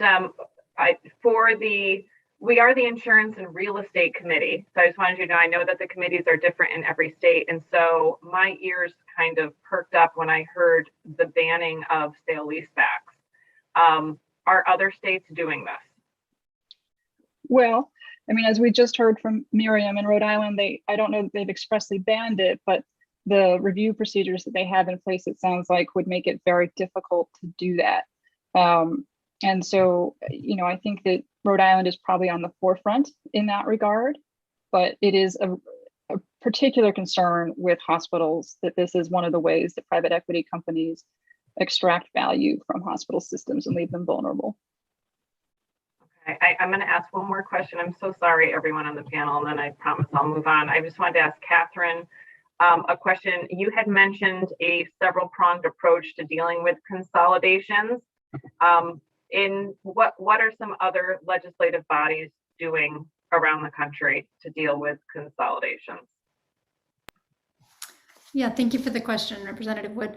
I think that many states are introducing many bills. For example, there are lots of bills in Nevada and other states. I don't know of any state passing I think Oregon might be a good example of. The Oregon Health Authority has recently given that committee a lot more merger review authority to review mergers more completely. I think other states are looking at things like Nevada also passed a public option, or looking at sort of rate caps in particular instances. So for example, California has a law that's actually been around for a couple of years that caps services provided at in-network facilities by out-of-network providers at a percentage of Medicare or the median contracted rate, whichever is the greater of the two. So there's a number of sort of stopgap methods. I shouldn't say stopgap. There's a number of places trying a whole bunch of different things to address rising healthcare costs. And I don't think anybody has the solution yet. I think a place like Massachusetts, where all of the expertise is housed in the Health Policy Commission, kind of really helps inform, like they do a lot of the research and the cost and market impact review for the AG, and they work very closely with the AG in Massachusetts to look at healthcare costs and sort of advise the AG about when they think action should be taken. Great. Thank you. I think the speaking order was Rep. Dathan, followed by Rep. Farrar, followed by Rep. Meskers. So we will go to Representative Dathan. I do think Rep. Meskers had his hand up first, but I will see what he says. Do you want to go first? I'm not front running anybody. Go ahead. Okay, thanks. First of all, I wanted to thank Rep. Wood for pulling this together. This is a really valuable use of time, and thank you to all the speakers on the panel. This has really been good. I really enjoyed hearing what Laura had to say. I came out of private equity advisory in earlier life, and so that's something that I lived and breathed.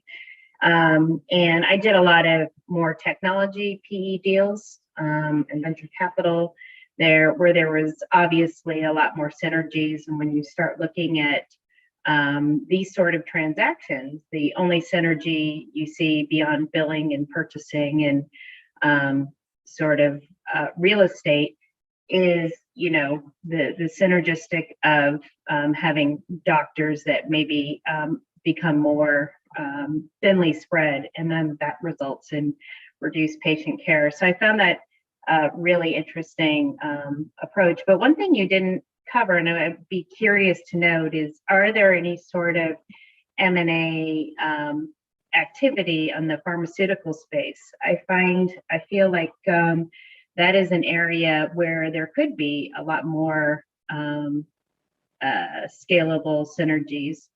And actually that would have more benefit to consumers and patients. Yes, thank you, Representative Dathan. It's a great question. There is a tremendous amount of private equity activity in the pharmaceutical space and consolidation and mergers and acquisitions across the board. In the paper that Dr. Scheffler and I put together, we actually do a case study on a pharmaceutical company that was purchased by a private equity concern. And you're absolutely right that there is theoretically more potential for synergies, but there's also tremendous problems with competition in the pharmaceutical industry. And so what we see with private equity deals in pharmaceuticals is that they are primarily designed around accumulating competing pharmaceuticals and then leveraging that decrease in competition to then sell the resulting company for more money. There also, we pointed out in that report that the Department of Justice has actually identified private equity companies as a potentially preferred buyer of assets being divested to clear pharmaceutical mergers. And we think that that's really short-sighted on the Department of Justice part, and that it's not supported by what they have cited in reliance on that. But we do see lots of private equity deals in the pharmaceutical space, and I would refer you to our report for more detail on that. I don't want to take up too much time here. No, that's great. My second question, are some of these PE deals structured as like management buyouts, and are they all leveraged buyouts? They're not all leveraged buyouts. There are a variety of transactions. I don't have the graph with me, I don't think. Okay. I can actually, if we can get if you can share with Diane your, the link to the study, I would love to kind of dig into that, but that was really useful. I don't want to take up too much time. I know there's other questions. I did have a second question, Rep Wood, if I can be so indulged.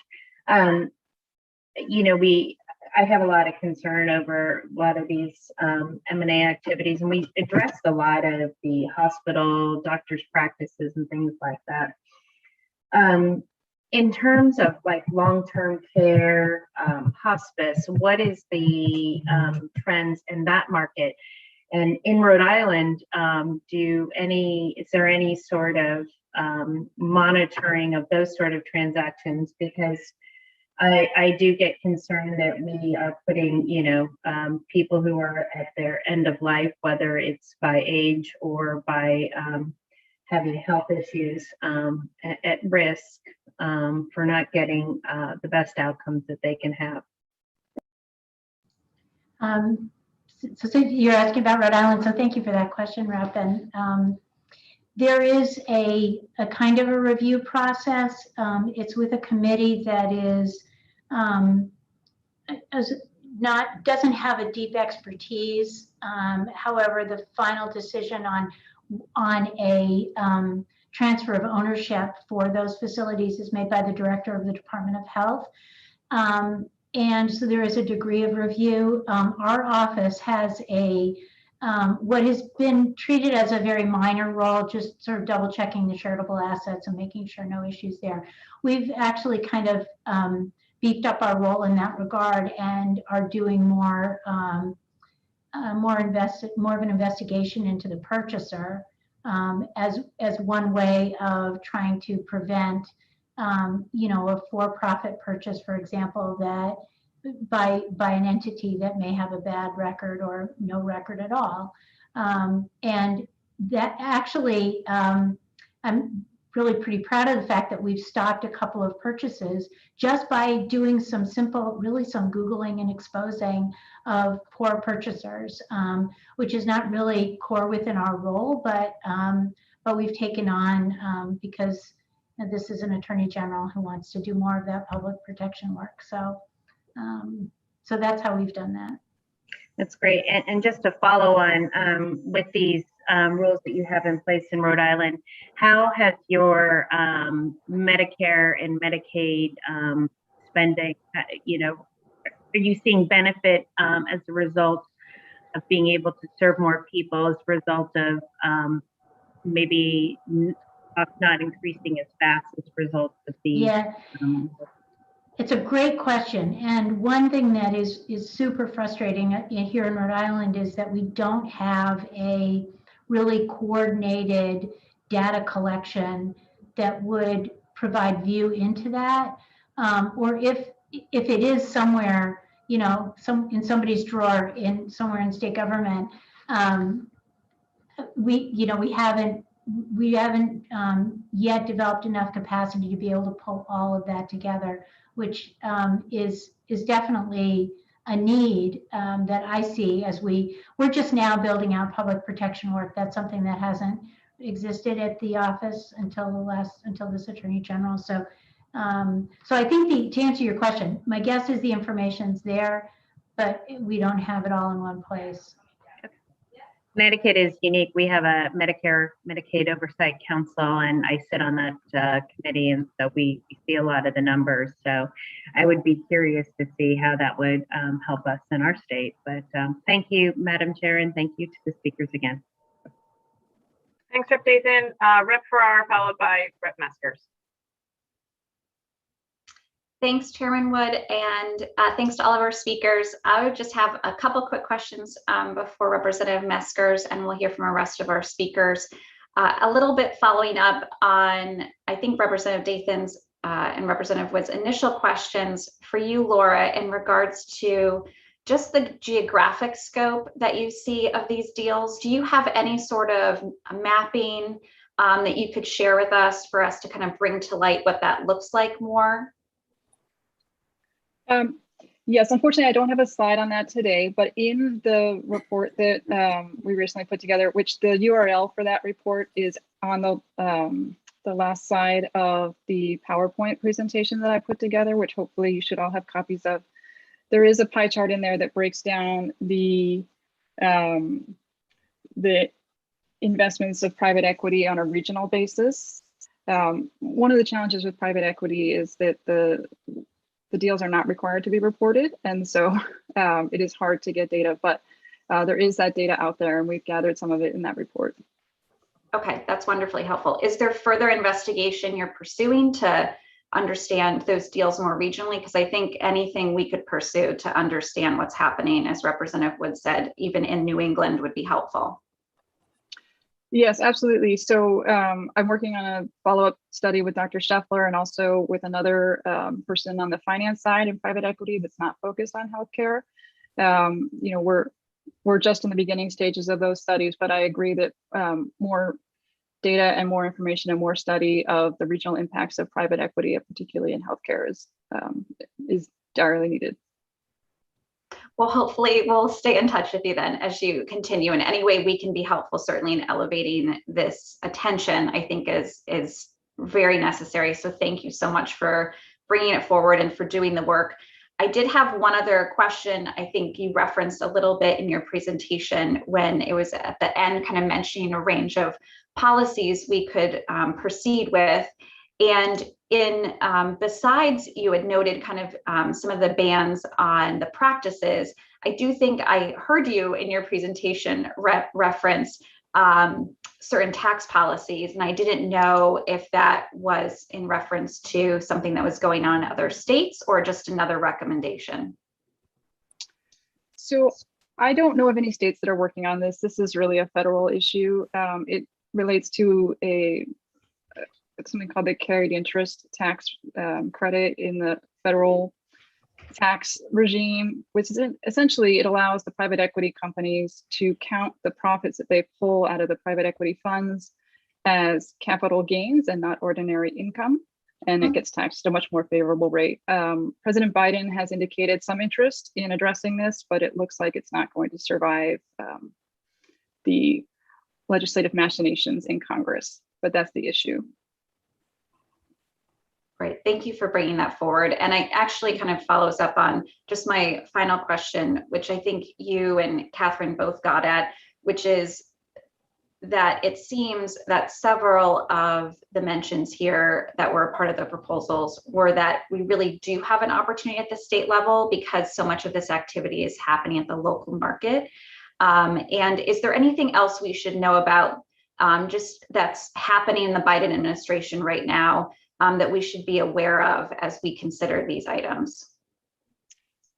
I would just note that you know, the FTC in particular seems focused on private equity as an issue. Chairman Khan just issued a memo this week that called out private equity in particular as a concerning business structure from a competition perspective. So I would hope that there be further action from the Federal Trade Commission to study and to crack down on some of these practices that are so detrimental to competition, particularly in healthcare. Thanks, Laura, for noting that, just so we can stay coordinated and mindful of what's happening at every level. And thank you, Chairman Wood, for your indulgence. And I appreciate the attention to these items and look forward, Laura, to viewing the further research and also what we can pursue together here in Connecticut. So thanks so much. Thank you. Thanks, Rep. Farrar. Representative Meskers. Yeah, I mean, I don't know. I'm 180 degrees away from what I've heard so far. I'm kind of surprised. From a starting point, in Connecticut, I have a duopoly in the hospital system.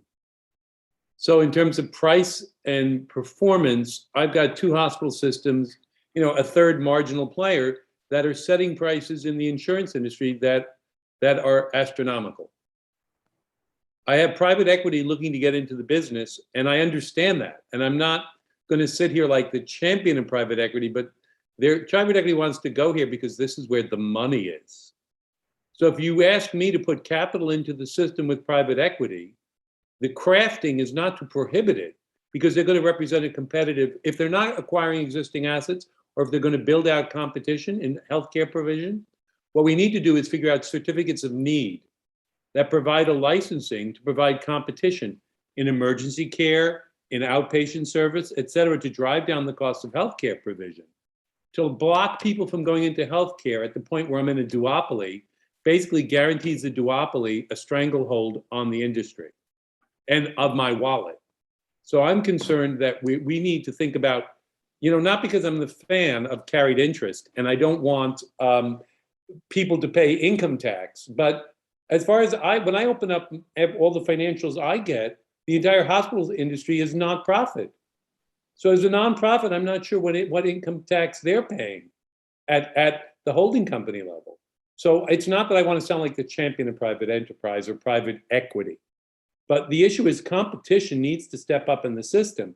So if you're going to come to me and tell me we need to limit the competition, I'm not going to agree with that. I'm going to look to say, how can we encourage equity into the system that we can get a certificate of need to increase the competition, to put pricing pressure on the system?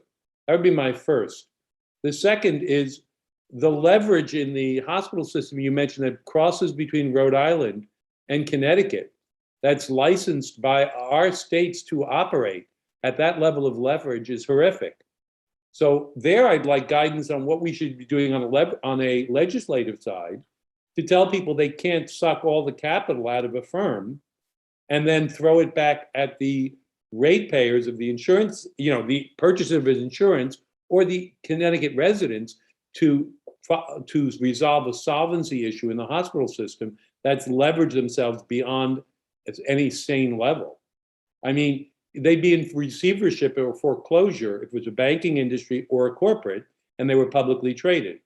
So I'm a little concerned, and maybe I missed something in the lecture, but this is what I'm digesting from the conversation so far. And my thoughts are we want more competition. My thoughts, we want better regulation, and the certificate needs maybe need to be opened up to increase more competition. I'll throw that as, I'm an ex-banker and not a medical guy, but that's where I come at this. So I'd love to hear your response to that. Yeah, if any of the speakers want to respond, feel free to jump into that. Laura? Yeah, I'd love to respond to that, Rep. Meskers. I mean, we completely agree that the hospital industry is overly consolidated and there's not enough competition across the board. We also agree that nonprofits are not immune from some of the anti-competitive conduct that we see plaguing the hospital industry. And, your question, although it actually dovetails really nicely with Rep. Gathen's comment earlier about what kind of acquisitions private equity companies are making in this space. And I want to share a slide, which I was able to locate, that gets to this, because if we thought that private equity companies were building out new competitors, our stance on them would be very different. But what we see when we look at the types of investments that private equity companies are making is that it's almost exclusively buyouts and add-ons. The portion related to growth and expansion is very, very small, as this figure shows you. And so what they're doing is not growing out competitors. What they're doing is buying existing competitors and then consolidating them with other competitors. So there are actually fewer competitors. And so this is, I mean, it may surprise you, but I agree with you that the solution ultimately in the hospital industry in particular is more competitors, but I don't agree that private equity is a path to get there, or at least not Okay. from what I've seen. And I hear you, but that suggests that the legislation and the certificates of need are incorrectly designed. Private equity is agnostic. It's looking for the maximum capital and profitability. So if there's a legal structure that tells them they have to provide and build outpatient and those outpatient services where you can get your walk in, walk out hip replacement or whatever, all those clinics, and they get the certificate of need and they're told the capital is there, you're going to get that reward. So all I'm suggesting is structurally, they're not evil. They're going where we have our legislation or structure is wrong. So we need to figure out how to design it to build the competition. So maybe we're even more aligned than you think. Anyone else want to comment on that? Okay, any other questions? Perfect. So I want to thank the panel members for our first half of the forum. I have 100 more questions, but we'll do future forums with you, or I'll follow up independently. And I think this was just some really great information to get our insurance committee thinking about these things. So it was super helpful for us. And I know that there's a lot of people out there watching on CTN and YouTube. So this was very helpful. Thank you so much for your time today. And you're welcome to stay on. The next speakers that we're going to have are Drew Gateen, who is a JD. He's at the Center for State Drug Pricing and the National Academy for State Health Policy. And after Drew, we're going to hear from Sarah Emond. She's the Chief Operating Officer at the Institute for Clinical and Economic Review. Drew, are you with us? Are you ready to go? Perfect.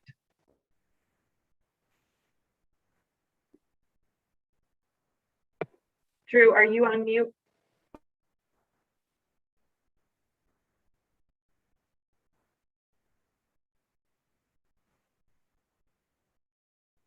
Oh, thank you, Representative. Can you hear me now? Yes, you're great. Thanks. Go ahead. Sorry about that. And can you see my screen? We can see you. Great. Representative Wood and members of the committee, thank you so much for inviting me today. I want to take a couple minutes and introduce my organization, the National Academy for State Health Policy, to the committee, and then dive into this thorny issue of how states can work to combat the problem of spiraling drug prices. So first, a little bit about NASHB. NASHB is a nonpartisan forum of state policymakers that works to develop and promote innovative healthcare policy solutions at the state level. At our essence, we believe that when it comes to healthcare, states continue to be a tremendous source of innovation, ideas, and solutions. And we basically approach our work by engaging and convening state leaders to identify and solve problems. We conduct policy analysis and research, and we provide technical assistance to states. I'm sorry, I don't have my video on. With respect to drug pricing in particular, in 2017, NASHB created its Center for Drug Pricing to really focus attention on the things that states can do to tackle the problem of spiraling costs of prescription drugs, the impact it has on consumers and who are your constituents, the overall cost of healthcare and impact it has on healthcare and on state budgets. Our Center for Drug Pricing develops legislative models, administrative models for states, and we provide technical assistance to state leaders, legislators, executive branch leaders who wish to move them forward. When these bills pass, NASHB continues to support states as they implement our model legislation, and we convene work groups of state leaders who are working on these issues. We are funded by Arnold Ventures. Our work is nonpartisan. It allows us to really dig in deep. And again, our work is really driven by the feedback we get from the legislators and the executive branch folks who engage with us. I mean, that is who we convene, and we move forward at the direction of the people that we are working with.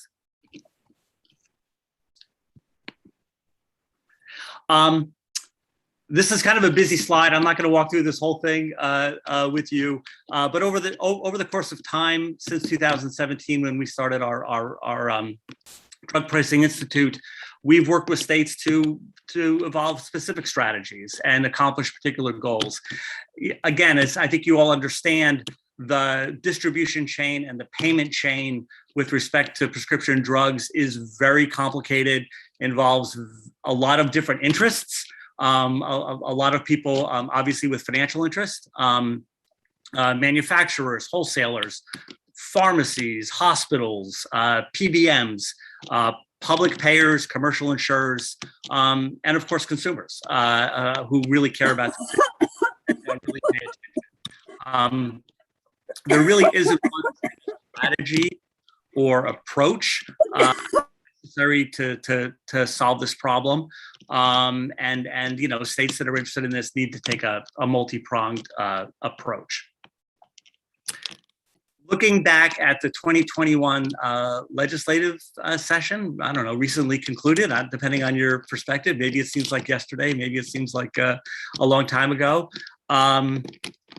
We have seen this trend continue. States continue to be very, very interested in efforts to curb prices. Obviously, a lot of people have their eye on Washington and what's going on there. But again, I think that, I mean, this is not a political statement, but I think that states are going to watch Washington, but I think states are going to continue to try to evaluate what they need to do at the state level.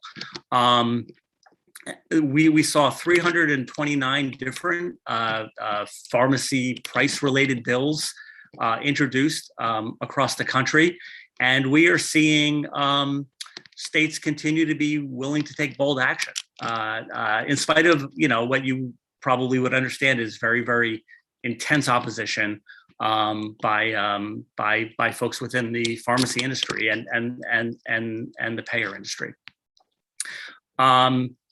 New NASHP models, which I'll talk with you a little bit about in more detail in a couple minutes, gain traction in both blue and in red states. There's interest, and again, I'll talk about this in more detail in a minute, in prescription drug affordability boards, with new bills being passed in Colorado and in Oregon. When it comes to legislation related to pharmacy benefit managers, that continues to be of strong interest in the states. There was a Supreme Court case that was decided as the 2021 session was ramping up, called Rutledge, and states are really trying to still evaluate what the impact of Rutledge is on their ability to regulate PBMs.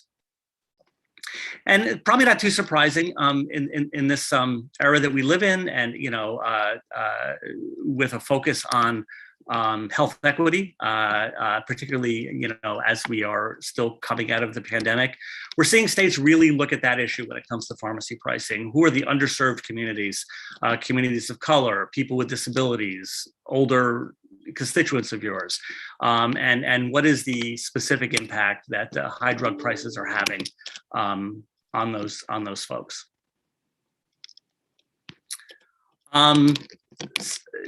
210 new state laws since 2017. Again, as I get it, there's a lot on this slide, you know, and I'm not going to read it all to you. PBM legislation has been leading the way, but definitely strong interest in other policy areas such as transparency and importation from Canada primarily. Let's talk a little bit about prescription drug affordability boards. NASHP put out a prescription drug affordability board model several years ago. So PDABs, as we call them, are independent boards that are tasked with reviewing drugs with high launch prices or high price increases and determining an appropriate affordable rate for payers within a state. Maryland was the first state to pass a PDAB in 2019. It includes a legislative process to phase in the setting of upper payment limits, or again, a limit on the rate that can be paid by payers for prescription drugs. Upper payment limits under the Maryland bill have to are subject to legislative approval. But Colorado also passed a bill just this past session that was signed into law by the governor, and the Colorado PDAB has very broad authority to set upper payment limits across both public and commercial payers. And beginning in April of 2022, the Colorado board will be able to set upper payment limits for up to 12 drugs a year. Other states, Maine and New Hampshire, have also passed PDABs. Their authority is a little bit more limited than the boards in Maryland and Colorado. The Maine and New Hampshire PDAB model does not include the ability to set an upper payment limit, but really looks a lot at leveraging public purchasing power in order to meet drug spending targets that the board establishes. So last fall, in August of, or I guess last summer, and at our 2020 conference, late summer, NASHB published new models that really we consider to be our second generation models. They take what lessons that states have told us that they learned in the work that they've done around things like transparency, importation, and affordability, and really apply those principles in maybe a more direct and immediate way. And although the mechanics of these new models are very different in how they operate, they are very similar in that they are designed to have a direct and immediate impact on rates and pharmacy costs by either prohibiting or penalizing price increases above a certain level, or really looking at rates and directly setting upper payment limits even outside of a independent board. They definitely scrutinize the behavior of manufacturers who have the ability to raise prices, frankly, simply because they can. And these bills are designed to really deter the impact of that behavior.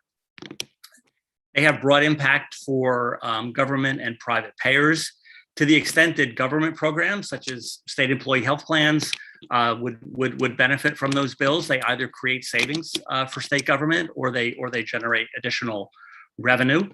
And they were designed to really not require a great expenditure of state resources in order to implement. I don't know what the situation is in Connecticut, but in some states, creating new government programs and new administrative bureaucracies, can sometimes be a real detriment to getting something passed. So again, these bills are really designed to leverage a lot of analytical work that wouldn't have to be done by the state itself. And another common thing about these bills is that they are intended to generate benefit also for consumers. So to the extent that they either generate savings or they generate revenue, the model bills have the directive that those savings or that revenue go to benefit consumers within the state. Again, ultimately, what a state does with a model bill, is really up to the legislature and the executive branch. So I'm going to talk about 3 of these bills in particular, and then that'll be the end of my presentation. So the first bill is related to international reference rates. So I think, as you may know or have read or have heard, compared to citizens of other countries, Americans pay a lot more for prescription drugs. And the rise in cost of prescription drugs is a huge driver in the overall increase in healthcare costs that Americans experience routinely. Other countries spend less for the same drugs, frankly, because in those other countries, they set rates. In the United States, rate setting is the norm. in healthcare for most of the services. Certainly your Medicaid program sets rates for nursing homes and for hospitals and for physicians. And you know whether or not those rates are, you probably hear that some of those rates are adequate and some of them aren't, but I mean, it's really the setting the basis for what is paid. But when it comes to prescription drugs, the United States has a very complicated payment and distribution system that really begins with the prices that are set by the manufacturers. I mean, the manufacturer price becomes the basis for rates, with oftentimes very limited opportunity to negotiate around that price. So basically, what this bill does is it directs the state, and what the model bill suggests is let's start with the state employee health plan to develop a list of the 250 drugs that are costing the state the most. Then it tells the superintendent of insurance to take that information and cross-reference it to the prices in the 4 most populated Canadian provinces. That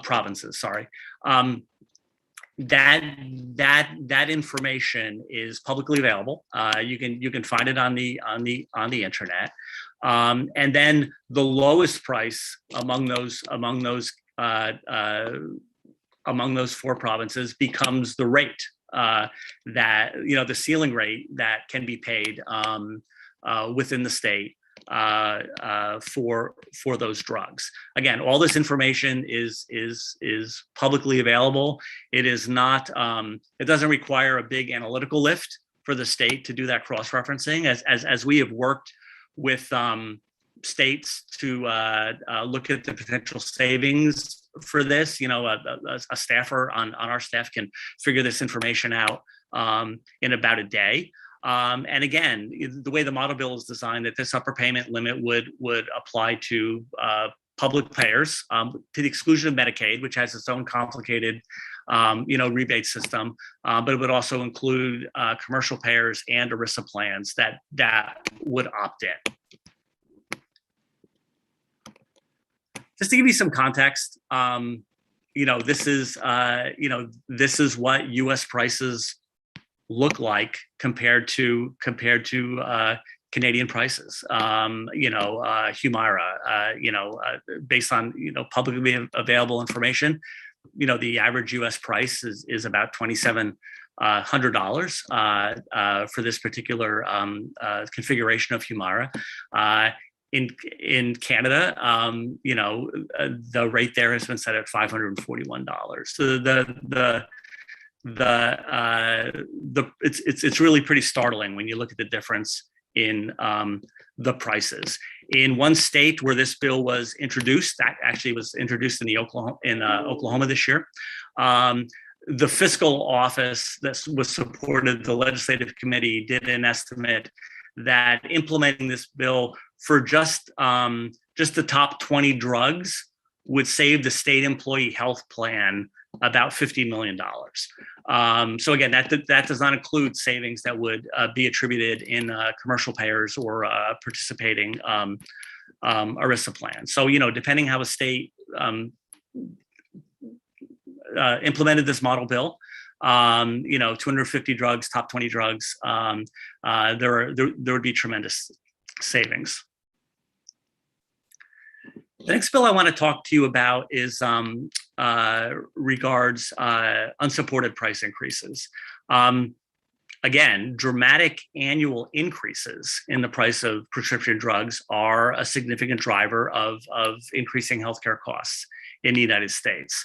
Now, sometimes price increases can arguably be justified by changes in the market, or an increase in the cost of production, or by a reassessment of the clinical value of the product, but in many cases, they're not. Often, drug companies raise their prices on life-sustaining products simply because they can, and because they know that in a market that does not effectively regulate price, they can increase prices at a rate that far exceeds inflation.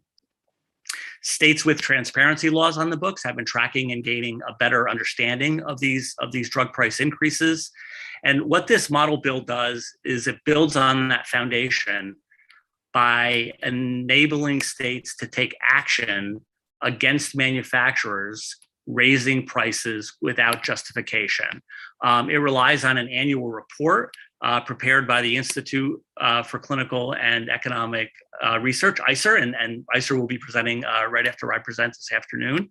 And the ICER report is a credible, unbiased, well-informed, and it's freely available. Again, it's publicly available. So each year, ICER undertakes an assessment of a small number of high-cost drugs that have increased their price far beyond the rate of inflation. ICER then conducts a review of available clinical evidence to figure out whether or not there's any clinical basis for a manufacturer raising the price on the drugs. Again, this process is very transparent and documented and available. It's not a black box. Manufacturers of the products are told that their products are being reviewed and are given the opportunity to comment and participate. ICER allows interested parties like states to participate and even nominate drugs for review. Once ICER's review is completed, it publishes a detailed report documenting the drugs that it is determined have had large price increases without any justifying, clinical evidence. In its most recent report, ICER identified 7 drugs that accounted for $1.2 billion in additional U.S. drug spending. Over the past 3 years, the ICER report has identified $6 billion in price increases that they could not determine were justified by any clinical evidence.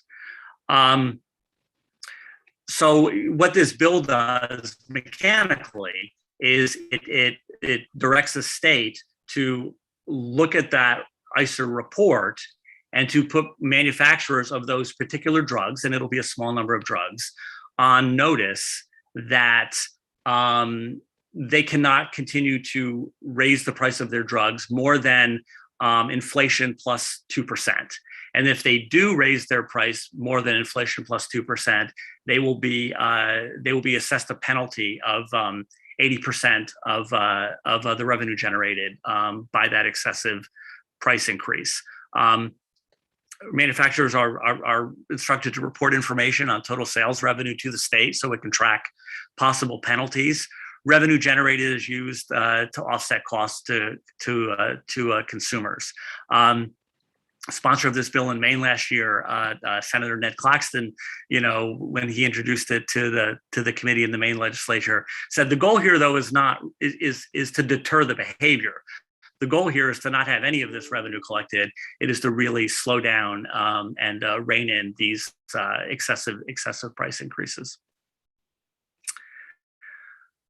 This slide, again, just walks through the drugs that were identified in the last ICER report.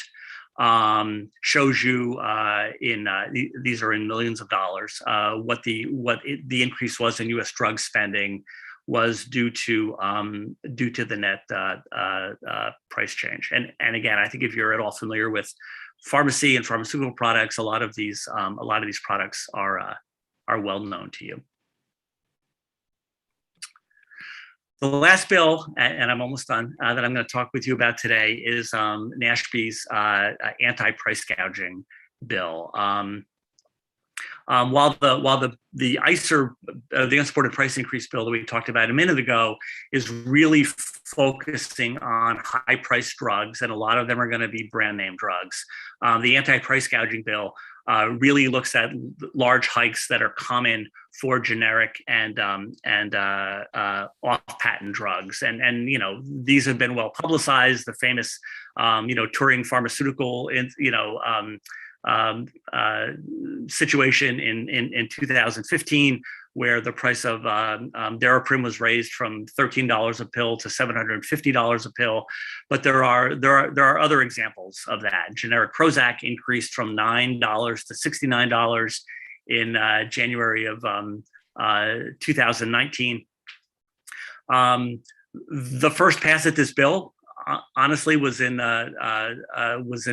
Maryland a few years ago, and Maryland's bill was struck down by the circuit court for some very complicated legal reasons. Before NASHB created this model bill, we did convene a panel of legal experts to really help us draft this bill in a way to avoid the legal challenges that were successful in the Fourth Circuit several years ago. But basically, again, this bill applies to generic and off-patent drugs. Bills that have price increases of over 15% in a year or over 40% over 3 years will be referred to the Attorney General's office for action and possible penalties. So I think I covered a lot from this. Now we'll run out sentence. I thank the committee for listening to me today. Our goal at NASHB is to work with states and legislators and executive branch folks. Additional information about NASHB's work to support states is available on our website. Copies of these modules, white papers, legal analysis, policy briefs. It's all there, and we would love to take questions today from members of the future, and welcome the opportunity to work with you and answer questions. Thank you, Representative. Drew, thank you. That presentation was really great. We're going to go to Sarah Eamons next, and Sarah, after Sarah's presentation, we'll open it up to questions.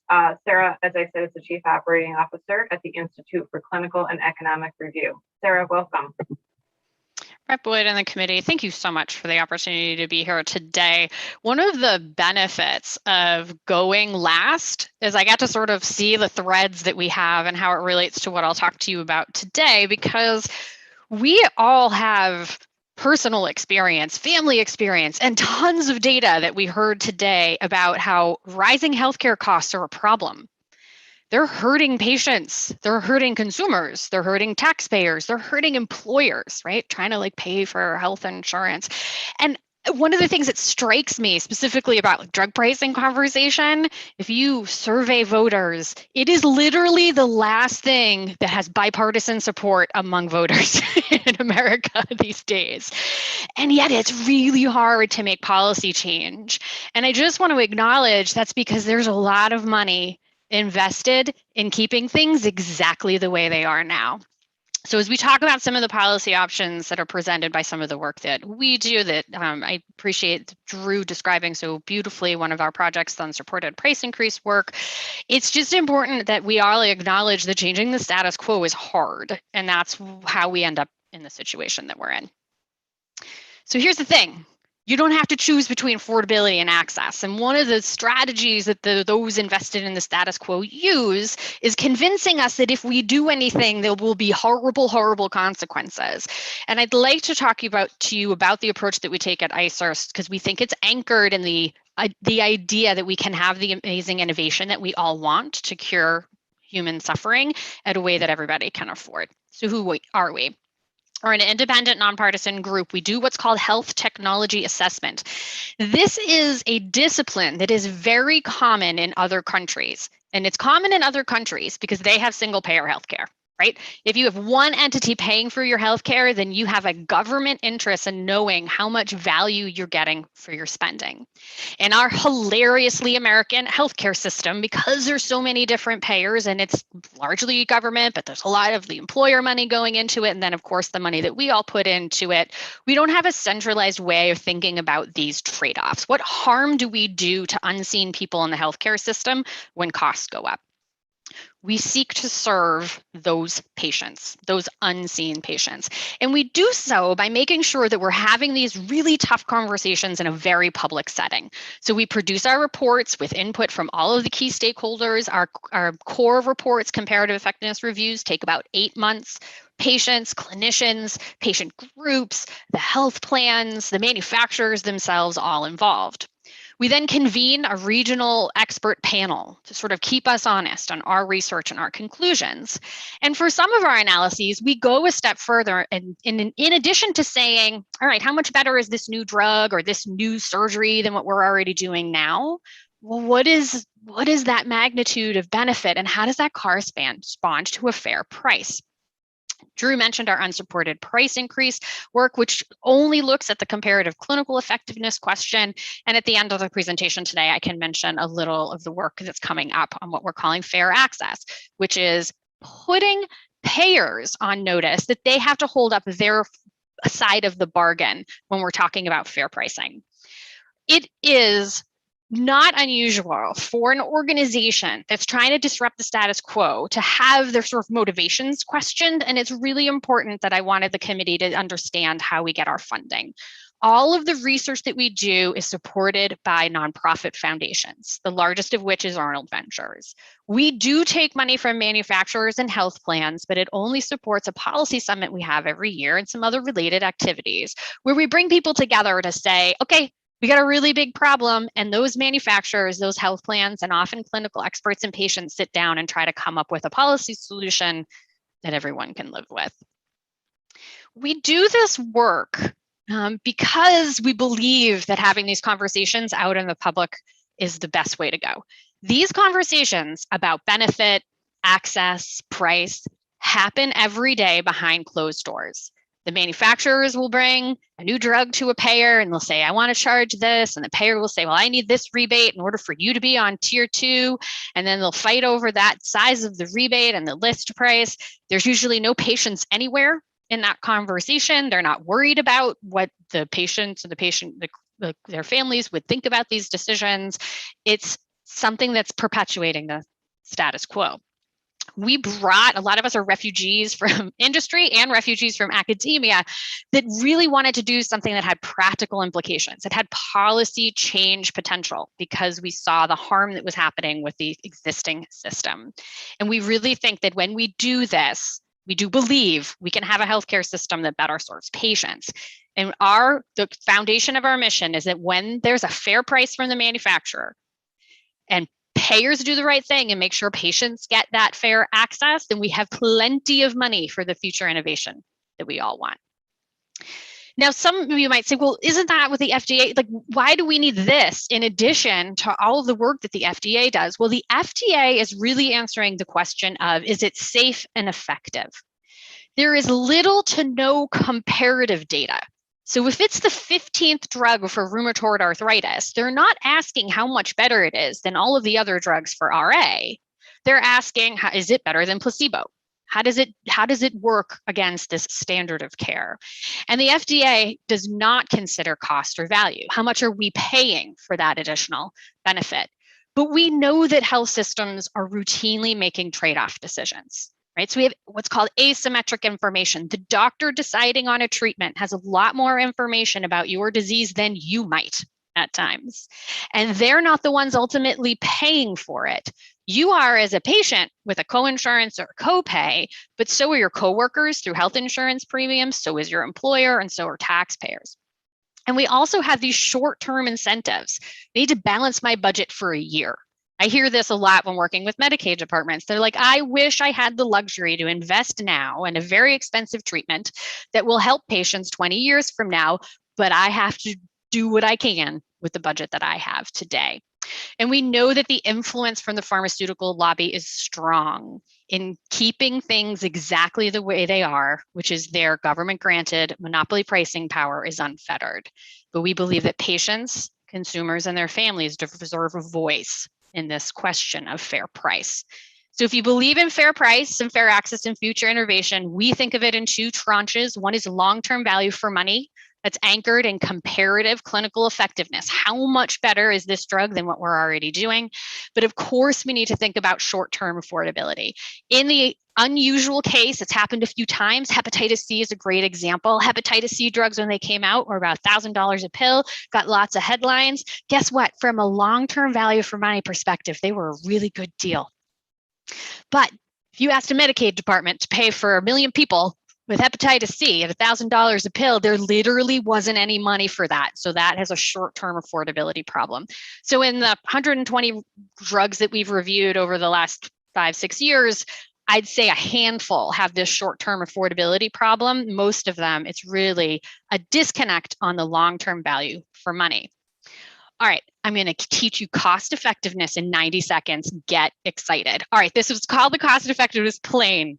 That blue dot in the middle represents what we do now. That's the comparator. We always ask the question versus what we're doing now. Now, if it's the first drug for an intervention for a disease, what we do now might be called supportive care. Doesn't really cure the disease, it just sort of manages symptoms. But sometimes we have something that's pretty good, it's working really well for patients, and we have a new drug. If you plot costs on one axis and effectiveness on the other, and you can measure effectiveness a whole bunch of different ways, the standard way that health economists measure this is something called the quality adjusted life year, but there are several other ways to measure effectiveness. It could be the number of strokes avoided, how many hospitalizations avoided. You can just plot health over here. Now imagine I am so excited, my condition has a brand new drug and it's better. It delivers more health back to patients than what we already do, but it's more expensive. Oh, well, I'm super pumped because I actually have a second drug approved. It's even more effective, but it's more expensive as well. Cost effectiveness says we can figure out how to judge a fair price for these medicines. And we do that by drawing a line. This health maximization threshold is based on the idea that spending above this line causes harm to unseen people in our healthcare system through rising health insurance premiums. They become uninsured or underinsured, they delay care, and some of them have very dire consequences, like death. There is a price at which you can bring this dot below the line. One of the scariest things about cost effectiveness is the misinformation that's put out there that says, this is just about saying no. You don't want me to have access to that yellow dot. Absolutely not. With the exception of 3 drugs, over 120 drugs, there is a price at which you can bring this dot down. And I want to remind everyone that price is not immovable. Price is a conscious choice made by manufacturers that impacts costs. So what have we found? On the left-hand side, you can see a lot of red. The red represents the discounts that would be needed to bring that yellow dot below the line. And in some cases, like in RA, the discount's 25, 26%. All right, we're close. We might be overspending there a bit, but in some cases, like Alzheimer's disease, the new drug Aduhelm, we're looking at upwards of a 95% discount in order for that drug to be fairly priced. But like I was saying on the last slide, sometimes the prices are fair and the manufacturers have the ability to pick a fair price. And you can see drugs for common conditions like cardiovascular disease and migraine, fairly priced.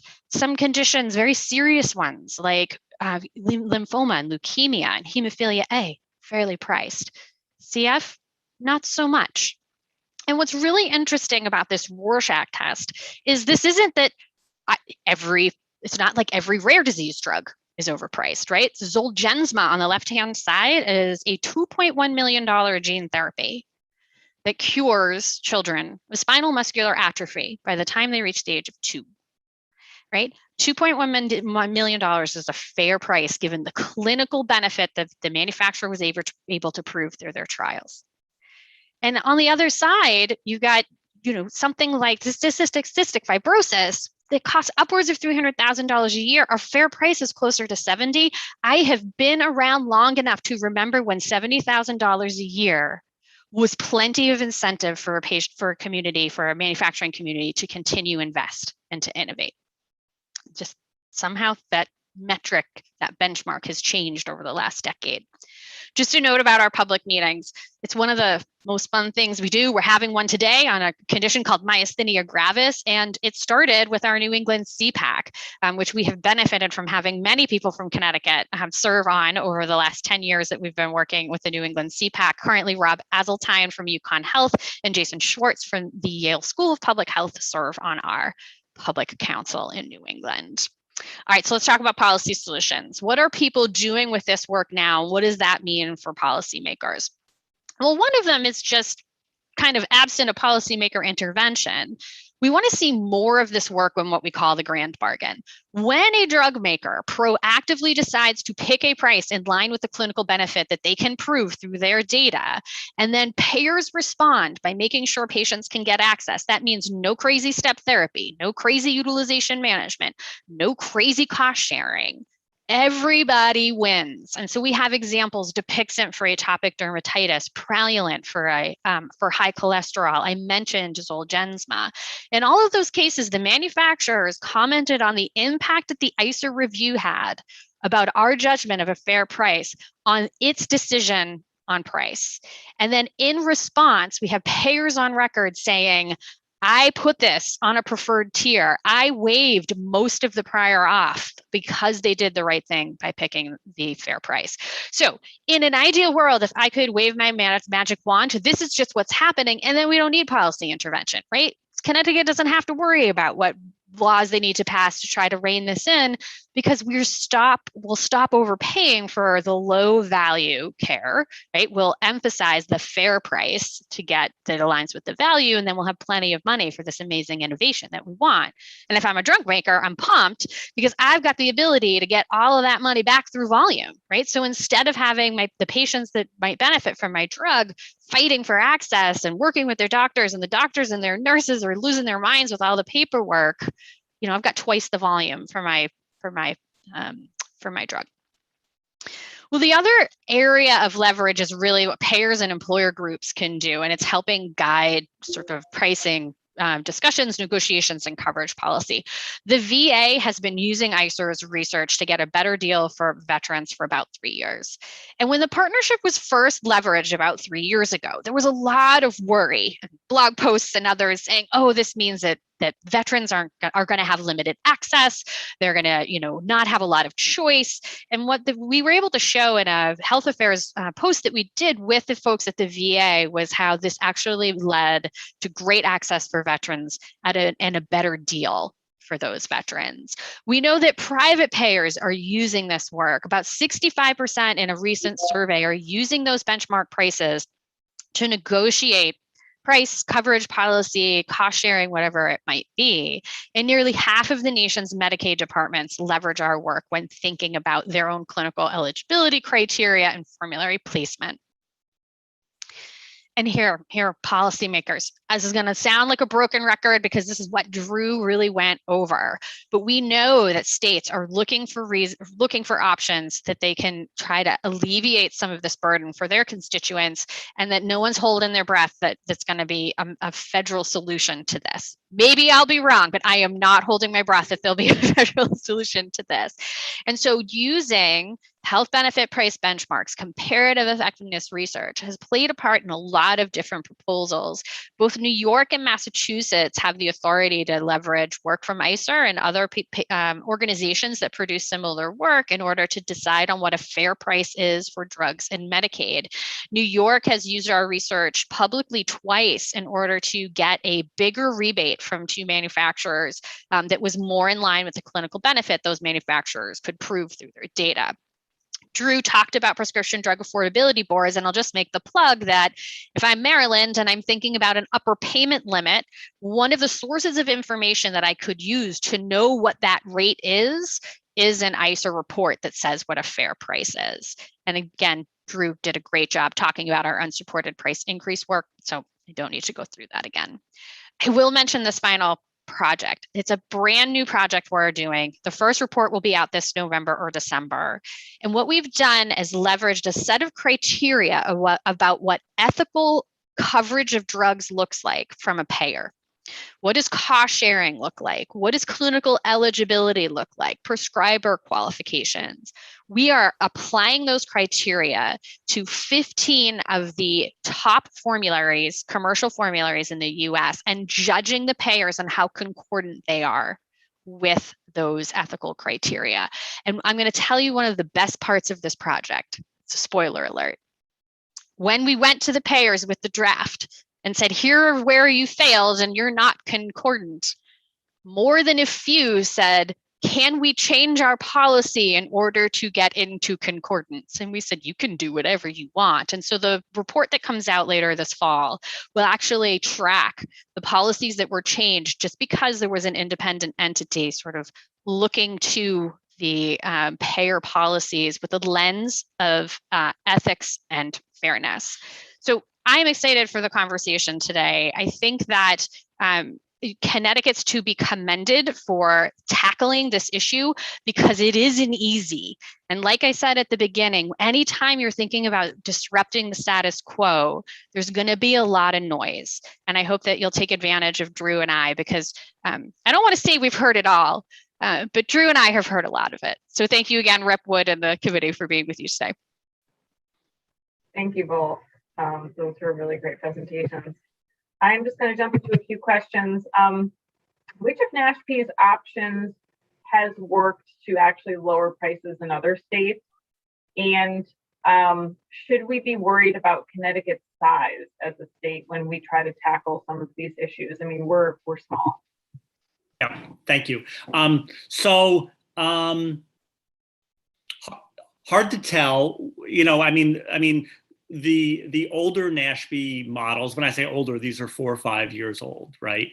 Around transparency, you know, have resulted in a lot of really good information, you know, provided to states, and it's hard to measure whether or not you know, those have actually resulted in any cost savings yet. I think that the work of the prescription drug affordability boards is also, again, a little bit too early. You know, again, Colorado is on a, you know, they are on a very, very fast schedule in order to start setting upper payment limits. They're going to, as I mentioned, be able to do up to 12 starting next April. So, you know, I mean, if they do that, they will quickly be able to show very, very measurable results. The other NASHP models that were introduced last year are not law yet. You know, even though they've been introduced and we've had very good traction. You know, it's been our experience that it takes, you know, 2 or 3 years for some of these things to really gain traction. The work that have been done around PBMs, you know, has certainly, you know, resulted in, again, a lot more transparency into the PBM world, which again is a whole other issue and problem that we haven't really, you know, wasn't really the focus of our conversation today. Thank you. What about legal challenges? You had mentioned Maine. You know, that the governor recently vetoed, you know, the bill that you had referenced, you know, citing that he didn't feel that it would be held up in court. So can you explain if any of these policies are surviving legal challenges? Yeah, I mean, we think that, well, let me step back. Again, none of the new model bills have been challenged in court. And the PDAB bills have not been challenged in court. But we understand that the industry people are very, very litigious, and we would expect that whether or not there is a very low possibility of success or a very high possibility of success, that you know, pharma and its allies are going to continue to play that card and make that threat, and I'm not going to suggest that they won't follow through with that. Certainly, in the public hearings on these bills this year, they got, you know, there was strong opposition pharma that played every card that they had, and certainly the threat of litigation was something that they talked about. What I would tell you is that, again, for every single one of these new bills, we started out with a legal analysis, and we did that legal analysis before we drafted the bill. So we did not draft the bill, bring it to the lawyers and say, hey, what do you folks think of this? We basically had a legal analysis that was done that is publicly available on our website for each one of these bills, and we drafted these bills to avoid the legal challenges that defeated the Maryland bill certainly a couple years ago. But we expect that the threat of legal challenge will be brought up in political environments, as bills make their way through legislative committees and on the governor's desks. But frankly, I think that the opponents of these bills are particularly litigious and very well funded. With respect to small states, that is a question that is asked. We have seen these bills again introduced in large states, small states, red states, blue states, purple states. I do think that is a concern that we often hear, but I think that small states have done important things and taken on pharma and won. Again, thinking back to the situation in Maine around some groundbreaking legislation that we did to allow Maine to negotiate supplemental rebates that went all the way to the Supreme Court a while back. It would be nice to see Washington step up and do things, but again, I think when we talk to legislators, their constituents are really screaming out for the state to do something. Rep. Wood, could I quickly add to that? Please. So the model that New York used for their Medicaid department, which I'll call like a PDAB for Medicaid, has saved $300 million over about 4 years. Through leveraging the power of the supplemental rebate. And in Massachusetts, a very similar law that went into effect only about a year and a half ago, the number that they've said publicly is around 50 to 70 million. And there have been zero legal challenges to my knowledge of either of those. And so there could be something unique about what happens when you confine it to the Medicaid department and the Medicaid's ability to do supplemental rebates that might be protecting them a bit from some of that litigation. But I wanted to add that. Yeah, thank you. My concern, just going back, Drew, to your point on our size is, say we pass something on unsupported price increases and then those drugs are not offered in our state or something like that, so that's why I was mentioning that. The other thing I just want to say, in Connecticut, the Governor Ned Lamont had proposed price capping this past session. Mm-hmm. And we were told by the pharmaceutical companies that would dramatically impact their ability to do R&D. I just wanted to get both of your feedback on that. Drew, go ahead. Thanks. Both of those issues, Representative, that you just raised, are things that we hear everywhere we go. I can send you additional information. Pharma, the amount of profit that the pharmaceutical industry makes in the United States, compared to, especially when you compare it to other countries, more than covers their research and development costs, and you can make an argument that American payers and American consumers and Americans, basically fund R&D for the whole rest of the world. And again, all of the drugs that are subject to these NASHB bills are drugs that are already available. So the argument, that it'll prevent new drugs from coming to market, to me seems a little tortured. These are already bills, these are already drugs that are available, and they have to have been available, and then it is increases on those costs, that are impacted by primarily by these NASHB models. I do think the concern, by the way, that you raised about would pharma pull those drugs from markets, in a small state? Again, that question comes up all the time. The model bills do have language that would penalize them from doing that. The Colorado PDAB bill has, which passed the McCann law in Colorado, has language that would penalize manufacturers from withdrawing their drugs simply to avoid upper payment limits. Again, that's a threat that pharma doesn't actually. They're not bold enough, it seems, to make when they actually show up in a legislative committee room. But I do think behind the scenes that is a concern that's out there. I'll just quickly add that they still sell those drugs in Canada and the UK and other places for much less, and they have the choice not to sell them there, right? No one's making them sell them, so it's a little bit hollow as an argument. I think that the innovation argument, there's a fair amount of academic research on exactly what funds R&D and where and how much money is spent on R&D, and there's a significant amount of room that an organization could do in terms of potentially spending a little less on sales and marketing, spending a little less on executive compensation to make up with any sort of change in revenue to support the innovation.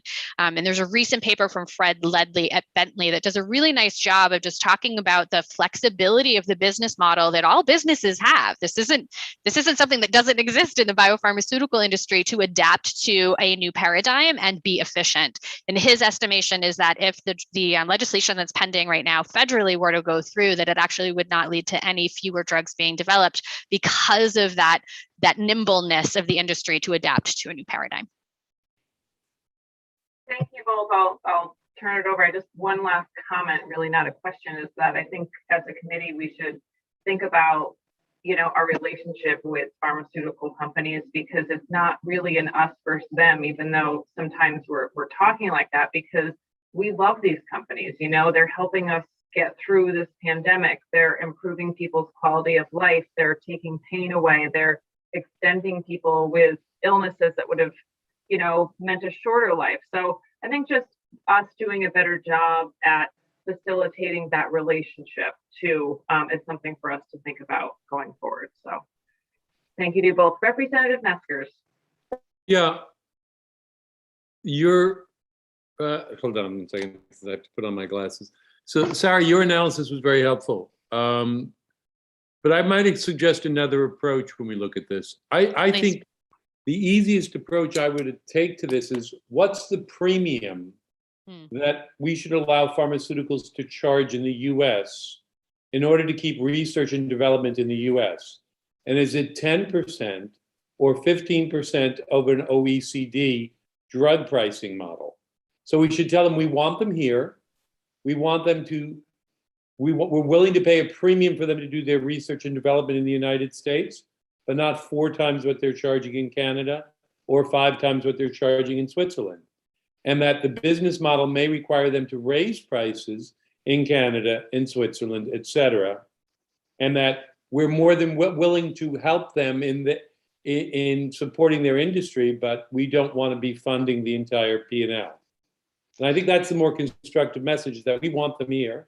We want the research. And so I would encourage you in your publications of affordability, you use the medium, take 3 or 4 countries with medium incomes comparable to the US and list the drug prices in those on an average basis, or what those other countries think is a fair price to pay for the drug, and suggest what the premium is we're willing to pay for the honor of hosting these companies in the United States, which we want.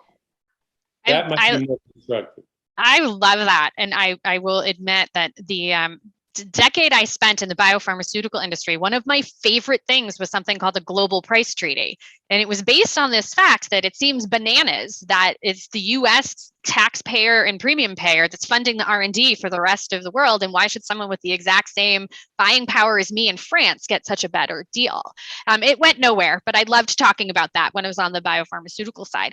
I will say that those other countries most of them use a metric that aligns the price with the benefit that the manufacturer is able to prove through data. And so those prices are often lower for some of these drugs because they haven't produced the data, or the drug doesn't work quite as well as it could, right, for curing a particular condition or helping with symptoms. And so those prices are actually not really what they're willing to pay as much as what is the price at which it represents a good value it matched to the benefit that patients receive. So then it does kind of tie back to the approach that we're using. And I would say that one advantage of the approach that we're using is there could be an argument that that approach that you're putting forth would blunt the sort of upside to something that's truly transformational. So we want these companies doing that swing for the fences innovation, right? A COVID vaccine in 8 months. We want them to be able to recoup it when they have that swing for the fences innovation. So I would worry that tying it to sort of a premium on the OECD might actually de-incentivize some of that swing for the fences innovation. And Rep Wood, to your final comment also made me smile because of the time I did spend in the pharmaceutical industry. The pharmaceutical scientists I work with do this work because they want to cure human suffering. Right? They don't do this work because they want to see the size of their stock options go up. And I have often used my soapbox to talk about how there should be a lot more of the pharmaceutical scientists who discovered these drugs sitting in the room when they're making the pricing decision. And they're almost never there. And the only other comment I'd bring to the table is, manufacturing is essentially being done in India and China. So we're talking about a global supply chain where the drugs are coming from 2 or 3 locations with 15 different prices. So I'll bow to your analysis, but we have adopted the opposite model in the manufacturing industry in the United States, where everything now is manufactured overseas because it's the cheapest point of production, and we've imported that price. Here is the only place where we've decided not to import the price. We're importing the product and not the price, which seems to me very unfair when you go back and look at the labor structure in the United States and you're paying people on a competitive basis against Brazil or Mexico or Korea for car manufacturing, but you're charging them 4 times or 5 times that pricing model for their drugs. So you might want to think about that as well as part of that because you want to get to a fairness doctrine in terms of who bears the burden and back on the issue. What's the fair premium? And I'll take 2 premiums. What's the fair premium for basic research and development? And what's the fair premium you want to see on a drug for innovation? Yeah. So maybe we should work from that and make it a little simpler, because it was hard to digest your argument, which was, required a higher IQ, I thought. I appreciate all of that. Thanks, Rep Meskers. You're welcome. Thank you, Rep Meskers. Rep Gateen, you're up.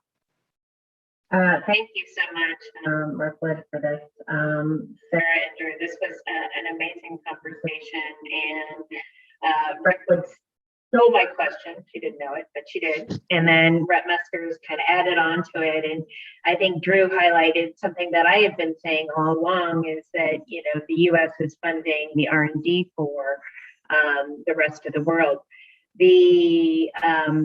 One of the things that I've been thinking about, and kind of following up from Rep Meskers' comments about, why some of these countries.